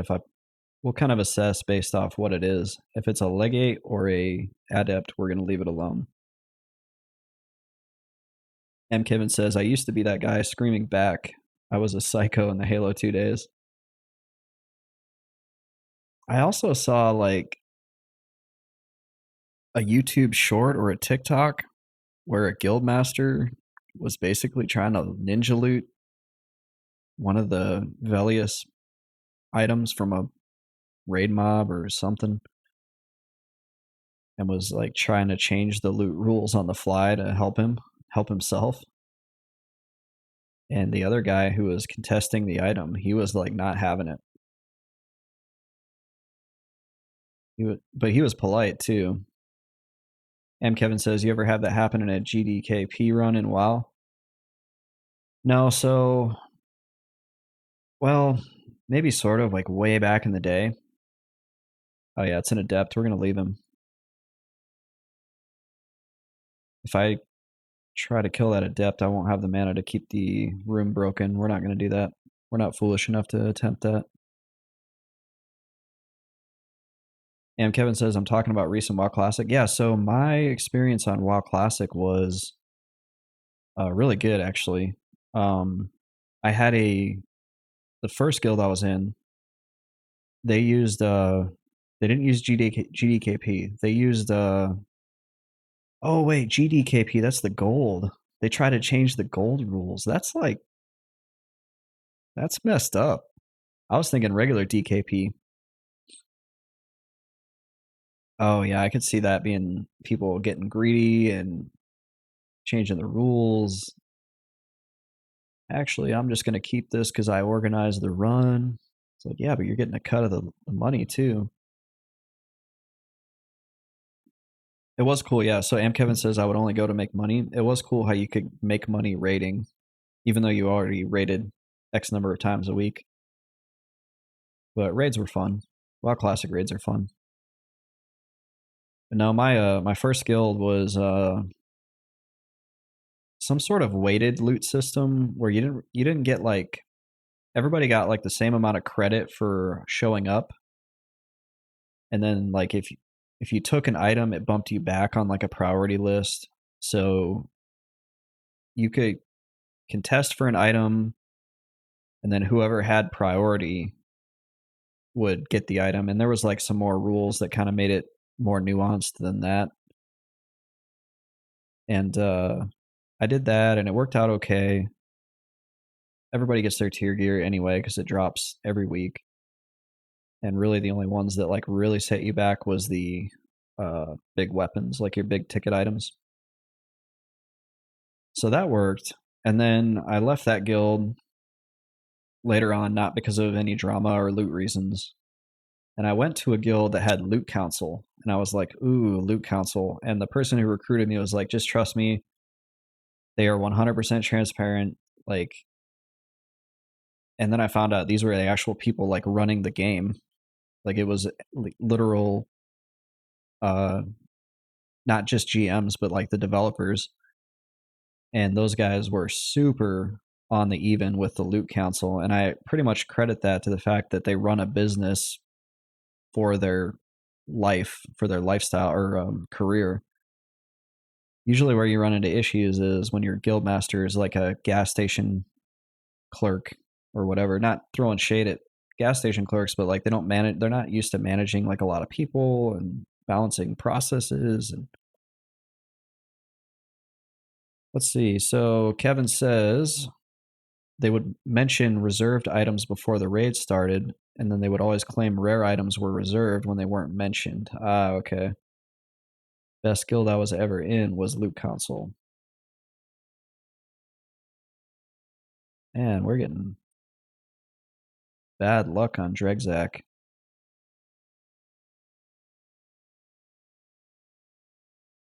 Neutral Rocket says those devs can probably spawn themselves whatever they want. Technically they could, but I know for a fact that they didn't, that they were playing the game alongside everybody else. But I don't want to say I know for a fact. I never saw anything that would indicate that they were doing anything outside of what a normal player would be able to do. Like it wasn't like we showed up to Naxxramas and the guildmaster was like, "Oh, I've already got full tier 3 in week 1. I don't know how that happened." That'd be really bad, like bad publicity. They weren't super public about being who they were. Like they didn't go into like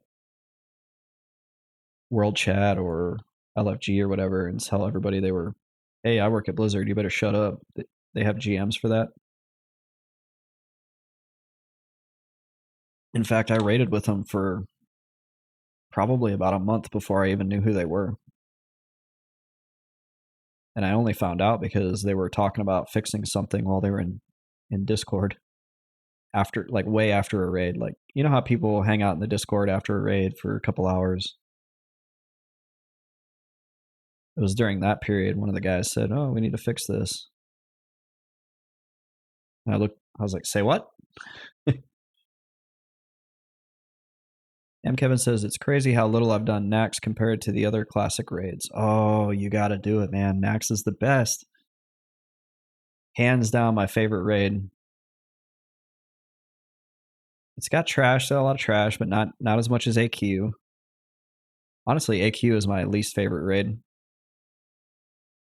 I think my raid tier list for WoW Classic would be Nax at the top, then probably ZG because it's just fun and quick, and it's has some mechanics, so not super hard.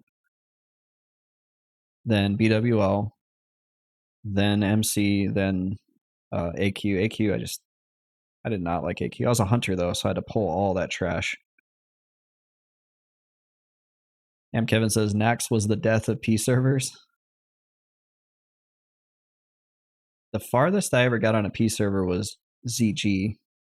And it was funny because I was in a ZG run in my like blue and green leveling gear.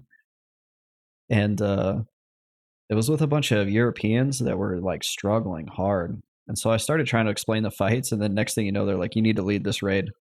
I was just like, "What? I'll try." We didn't make it much further, but then uh,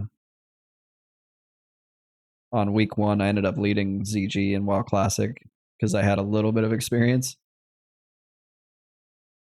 So we ran two different groups, and I was like the second group or whatever.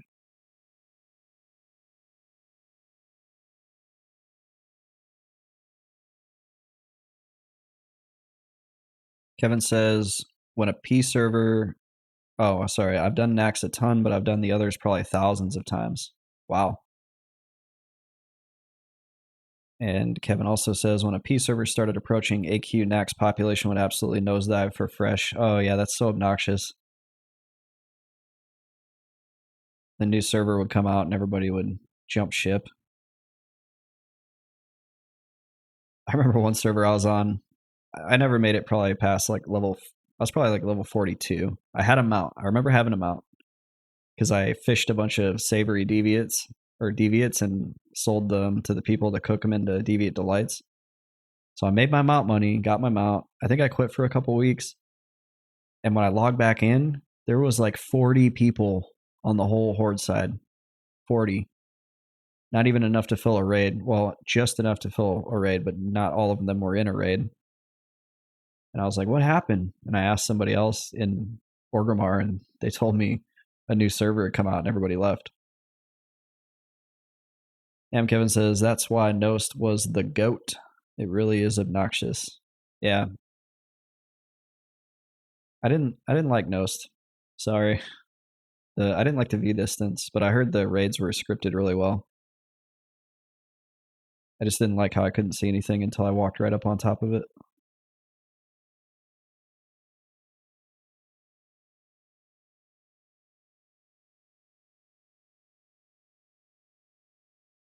And Kevin says it might have been the most fun I've ever had playing WoW. Even more fun than WoW Classic. That's good.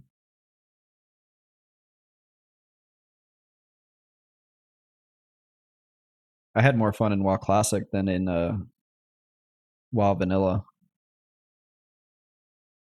I really didn't know how to play video games back then. I thought I did. I had no idea you could sell everything on the auction house and make way more money than if you vendored it. I didn't know about add-ons, like, and I wasn't young either. I was like 18.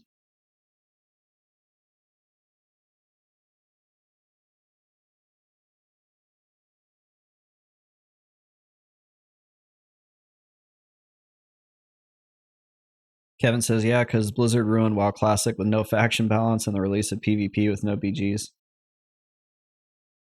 Yeah, I paid for the transfer. I saw that happening and I was like, I'm not doing this. I was in Ashenvale on my level 25 hunter or whatever because I was a little behind. When WoW Classic came out, I was in a training school for the military where my time was booked from like 6 a.m. to 6 p.m. and I had to study at night and do assignments. So there was no way I was going to do a video game. And that finished up. And so I was trying to get caught up.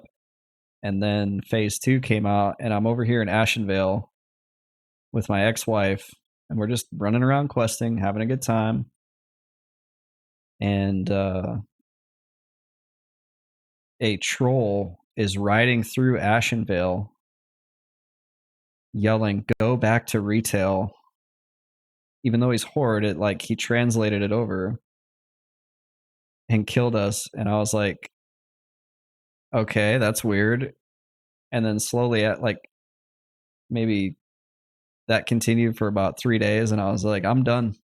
I'm going to a PVE server. I don't have time for this. M. Kevin says, don't get me wrong, the PvP was at fun, but it pushed all of the alliance to like 3 servers. Yeah, I was on ATS. The Horde did the same thing though. They were all on Fairlina, I think, and was it Bloodsail Buccaneers? There was another one that was really Horde heavy. Carolina, I think, was like the streamer server. I rolled on Thunder Fury because I'm like, yeah, Thunder Fury, that's so cool. That was a bad idea. Everybody linked Thunder Fury every day as if they didn't get enough of that 20 years ago. And Kevin says, yeah, but there were like 25 servers with 95% horde and 300 total players. Yeah, they did mess that up. I do agree with you. There was some servers that were total ghost towns.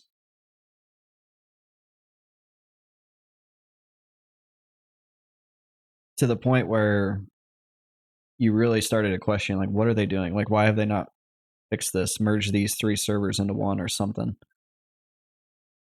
And if I had to bet, just being a guessing person and knowing Brian Birmingham the way I do, I'll bet you he wanted to do that and he got told, nope, do the $10, $15 transfer and call it quits from there. Don't do anything else. Because he never, I don't want to say, well, he doesn't work at Blizzard anymore. I don't want to say anything that like could get him in trouble, but like the impression that I got from him, this is just my impression, this is not his words, was that there were a lot of things they wanted to do that they were told they couldn't do. That's my impression.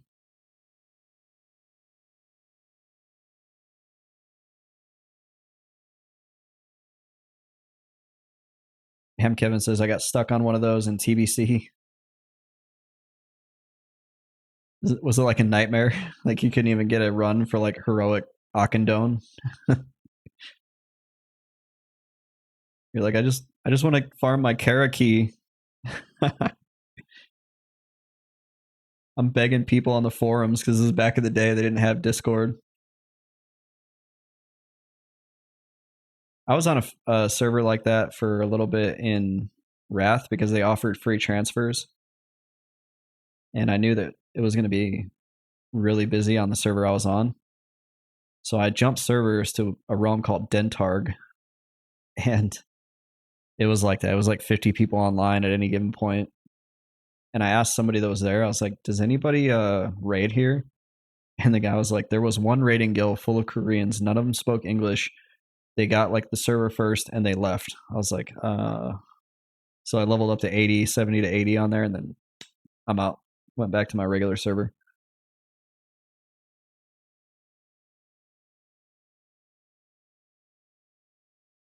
And Kevin says a lot of P servers would just force you to play Alliance, or you can't play at all if the horde population exceeded X%. Oh, interesting. I was on Chronos. So it never had a major population issue. The population got really low at one point, like 300 per faction at peak hours. You guys know me. Like I like doing stuff by myself. I like being left alone. I loved it. I would farm on there for days and make tons of money. I had a great time when Chronos had 300 people and then no shutdown. And all of a sudden, Chronos had like thousands. They had so many, they had to make a second server. And I was so mad. I went around and just murdered every like lobby that I could in South Shore or Hillsborough Head, like anywhere where a lobby would be leveling. I was just riding around killing them. And Kevin says, everyone knew this would happen. They consulted with the devs from Nostalrius after shutdown and announcing WoW Classic and still boofed it. Yeah, not surprised. But like I said, I think a lot of the decisions that are made on WoW Classic, the big ones, aren't being made by the team that actually love it and care about it. I think they get kind of squashed. I talked to somebody else that still works there, so I won't say who. And that was like, they said they were like, their team is so small and they're such a small part of the company that they almost get like, they get like forgotten about.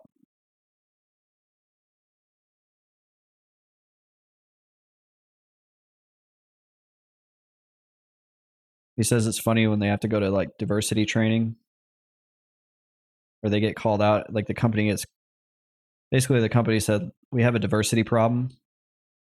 And he gets lumped in with all these other big teams. And he's like, my team is the most diverse team in this company.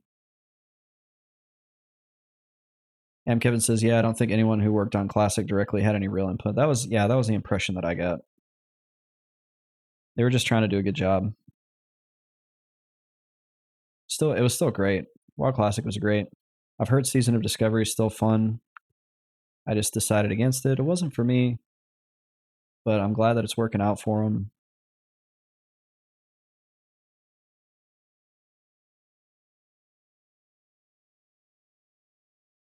In the end, Kevin says in the end he had fun on WoW Classic, but in the end still like Nos the most. Nos the most. I do have some really fond memories of that. Would it have been about 7 years that I played private servers? They were like the Wild West too. Some of them, like the chat wasn't moderated at all. There was like a literal Aryan Brotherhood guild in one of them. Like the dude was legit recruiting people based off political ideologies and not good ones. It was nuts. And none of the devs did anything about it because they were, I don't know, probably part of it.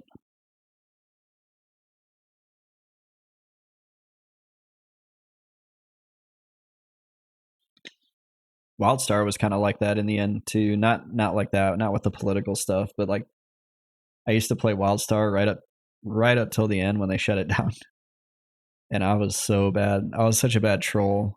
Not like that, not trolling like anything that could get me like put in prison or anything, but just like being a jerk in chat. Um, making fun of people or whatever. I was like, this is great. I can just troll whenever I want to. I wasn't a very nice person back then.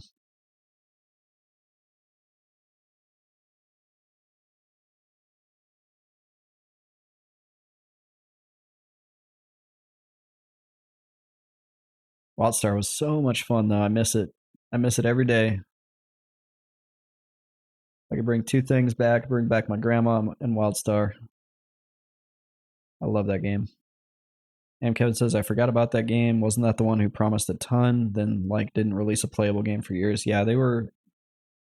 I don't know the whole story very well, but yeah, I was stuck in sort of development hell for a long time. And then essentially right around the time that Warlords of Draenor came out, they launched their game, and the world just wasn't ready for what they were trying to do because Wildstar was trying to bring everything back to the 2000 early 2000 era, like big raid rosters. I think they were doing 40-man raids, harder leveling.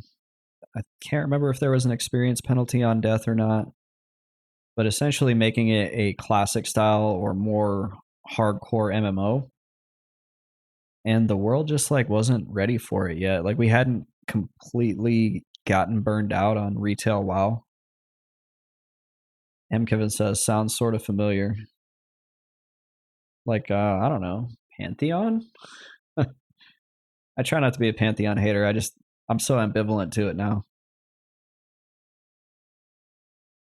They could release tomorrow and I wouldn't even play it. I'd be like, eh.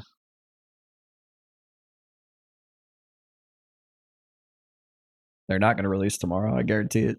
I don't know. They're not going to probably release this year. Once Brad McQuaid passed away, I was like, this is not going to happen.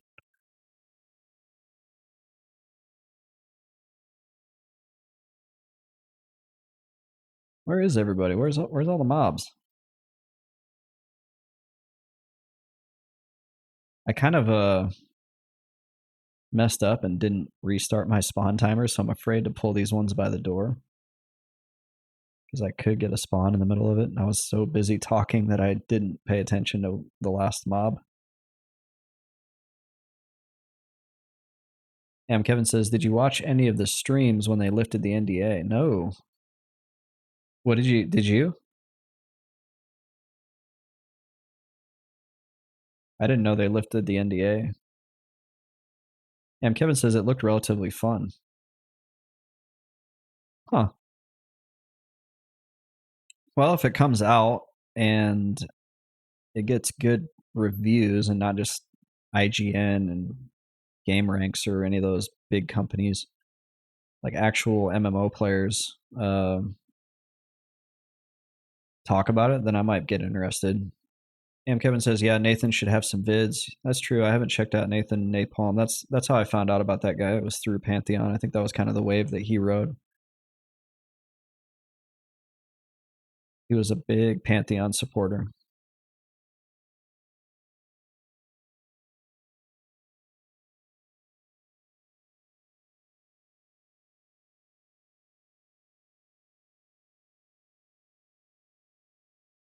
Okay, since I don't know, this is risky, but I really need to pee. I'm going to feign just in case, and I'll be right back, but I think I'm done with the spawn cycle.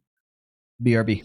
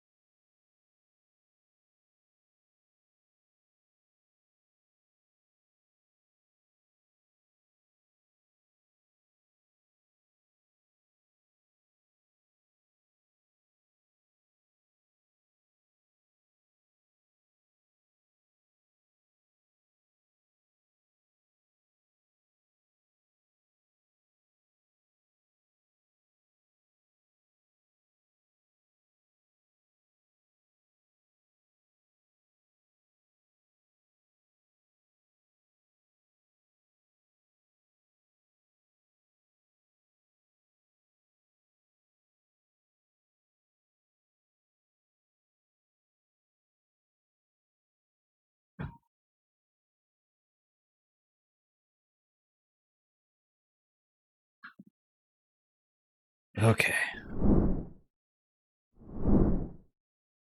I'm back and my pet's still alive.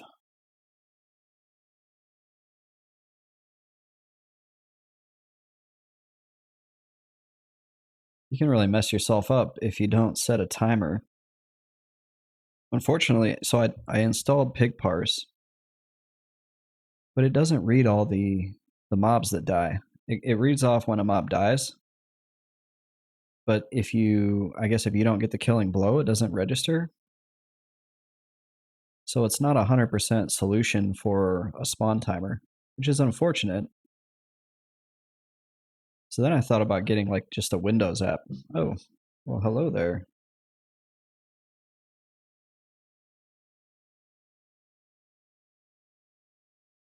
Kevin says that's the same with setting up genotimers.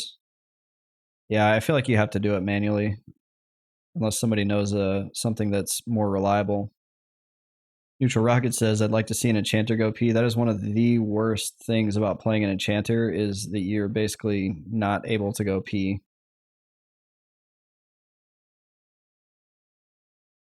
It really sucks. Okay, so we didn't get the Soothsayer on this one either. We only got one shot at him. I'm going to stick around through this last spawn cycle, and then I'll be calling it a night, spending some time with my girlfriend. So proud of her. She did her first day of dental assistant school yesterday.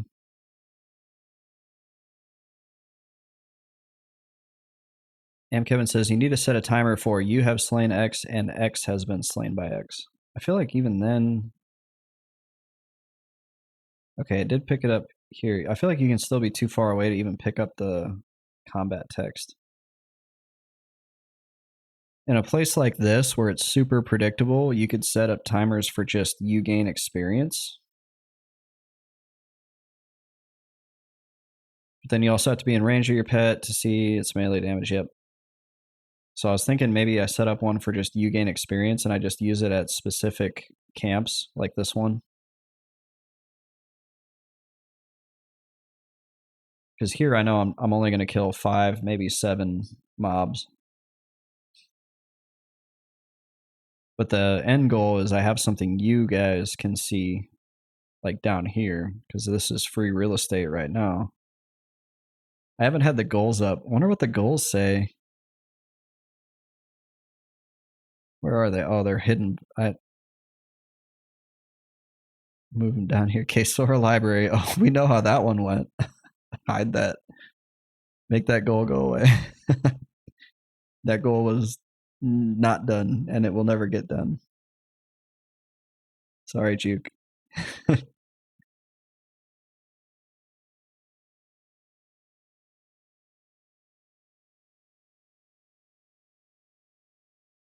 Yeah, you would have to change the. You're right, M. Kevin. You would have to change the duration for every zone.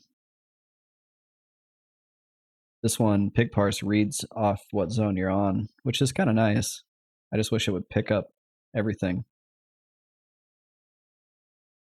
I can't find anything that indicates I can edit the trigger either.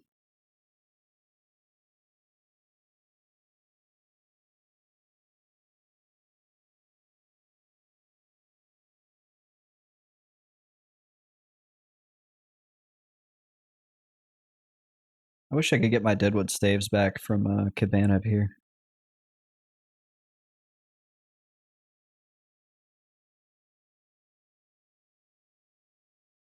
And Kevin says, I just set it up for me and my pet for the specific mob while fear kiting, but I just sit next to the snared fleeing mob. Gina's weird too, though, because, like, let's say you kill 2 mobs in a row that have the same name, doesn't it reset the timer, even though it's a second mob? Pig parse does it too. It does a little bit better for, like, recognizing when you've killed one versus another. But I have noticed pig parse even saying, like, I rooted, let's say I had 2 minion of Zalgaz on me and I rooted them both, it would only show 1 timer.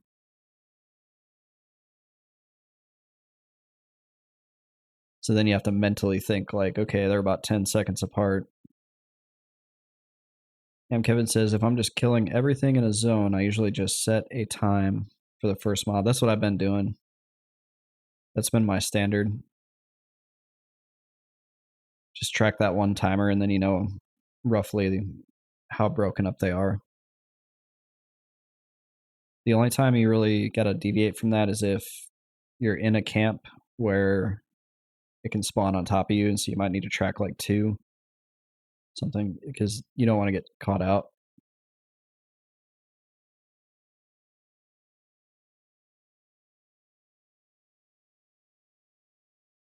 And then I feel like when I was doing permafrost on my enchanter, I needed every single timer up because I was so mana constrained. I had to make very precise decisions about when to rebuff and when to not rebuff and how long I could med for.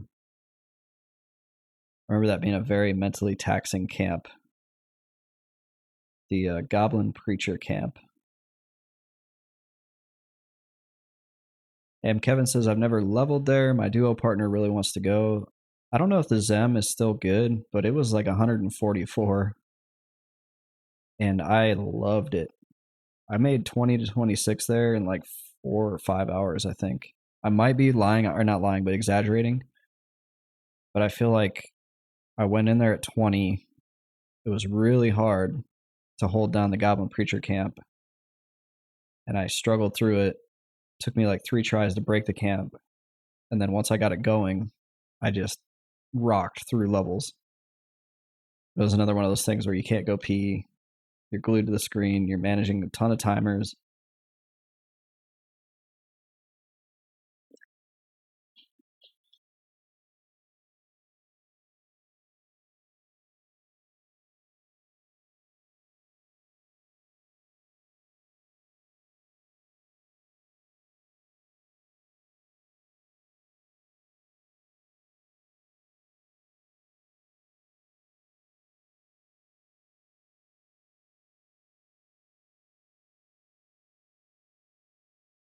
Don't let him heal, pet. Oh, he got the heal off.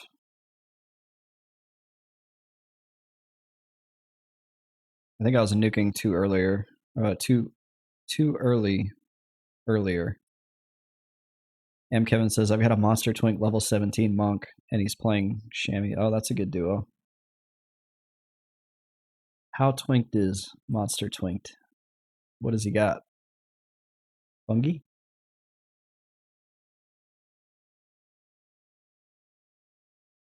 I don't even know what is like the Bis Twink.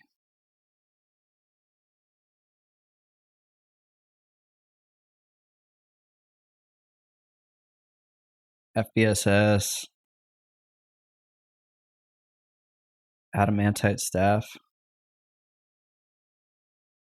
Somebody out there knows what the Bis Twink monk gear looks like. Fungi Cough. I don't even know what IFS is. T-Staff. I think Neutral Rockets, didn't he get one of those the other day? Or he was trying to. Imbued Fighter Staff.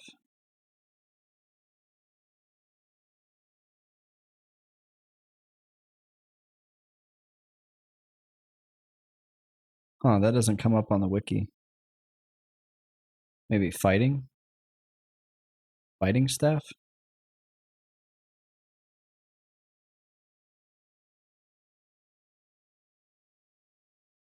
If you have a link, well, I think I disabled the Nightbot. You can try dropping a link in the chat. Neutral Rocket says, nope, not me. Best item I have is my pre-nerf COS. Oh, that's right. I forget you have one of those. Lucky. Imbued Fighter staff. Yeah, the wiki's search is not good at picking up on like being one character off. Two-handed blunt, damage 38, delay 40. Packs a wallop. 9,000 plat.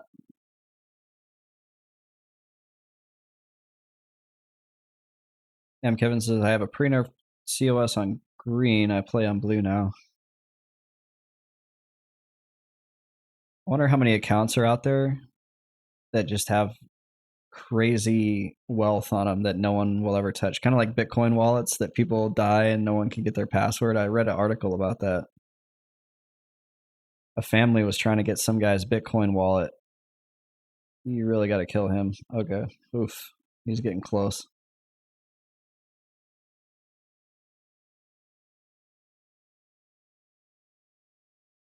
Cabana, I'm not mad, but you got to kill him before they get to the door.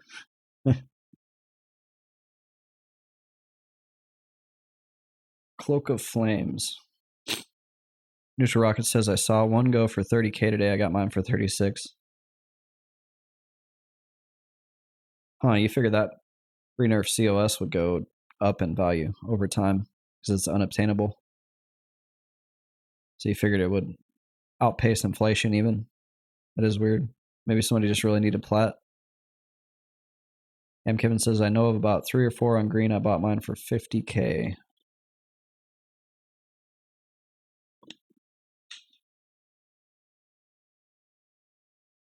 We have crossed the 50% threshold to the next level. I am pleased by this. I'm very glad.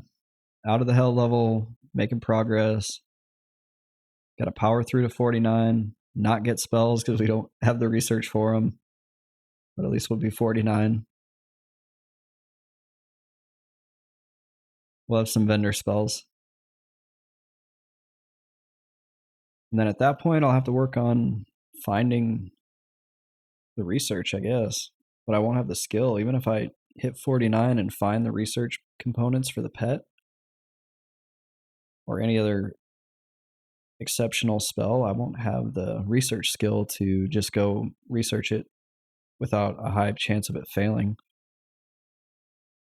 I don't usually like to risk it because they're so rare for me.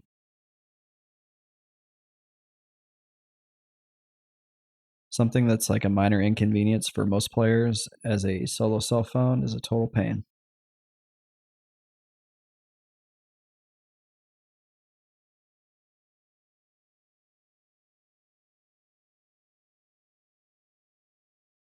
But that's why we do it.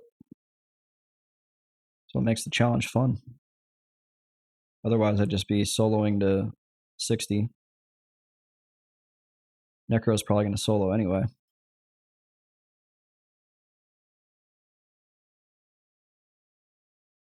And we got a cave hunter for the last one.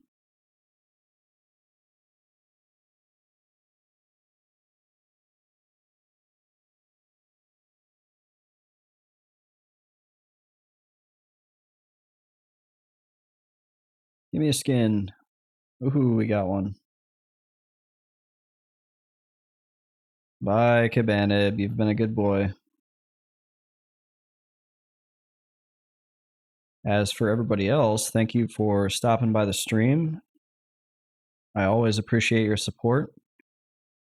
It's good to see some familiar faces. Neutral Rocket, Sam Kevin, welcome back to the stream. Hopefully things have gotten less busy for you. Grimlust as well. Thanks for stopping by and chatting if you're still here. And yeah, this is the MMOcracy, and I want to wish you all a great rest of your evening and encourage you all to stay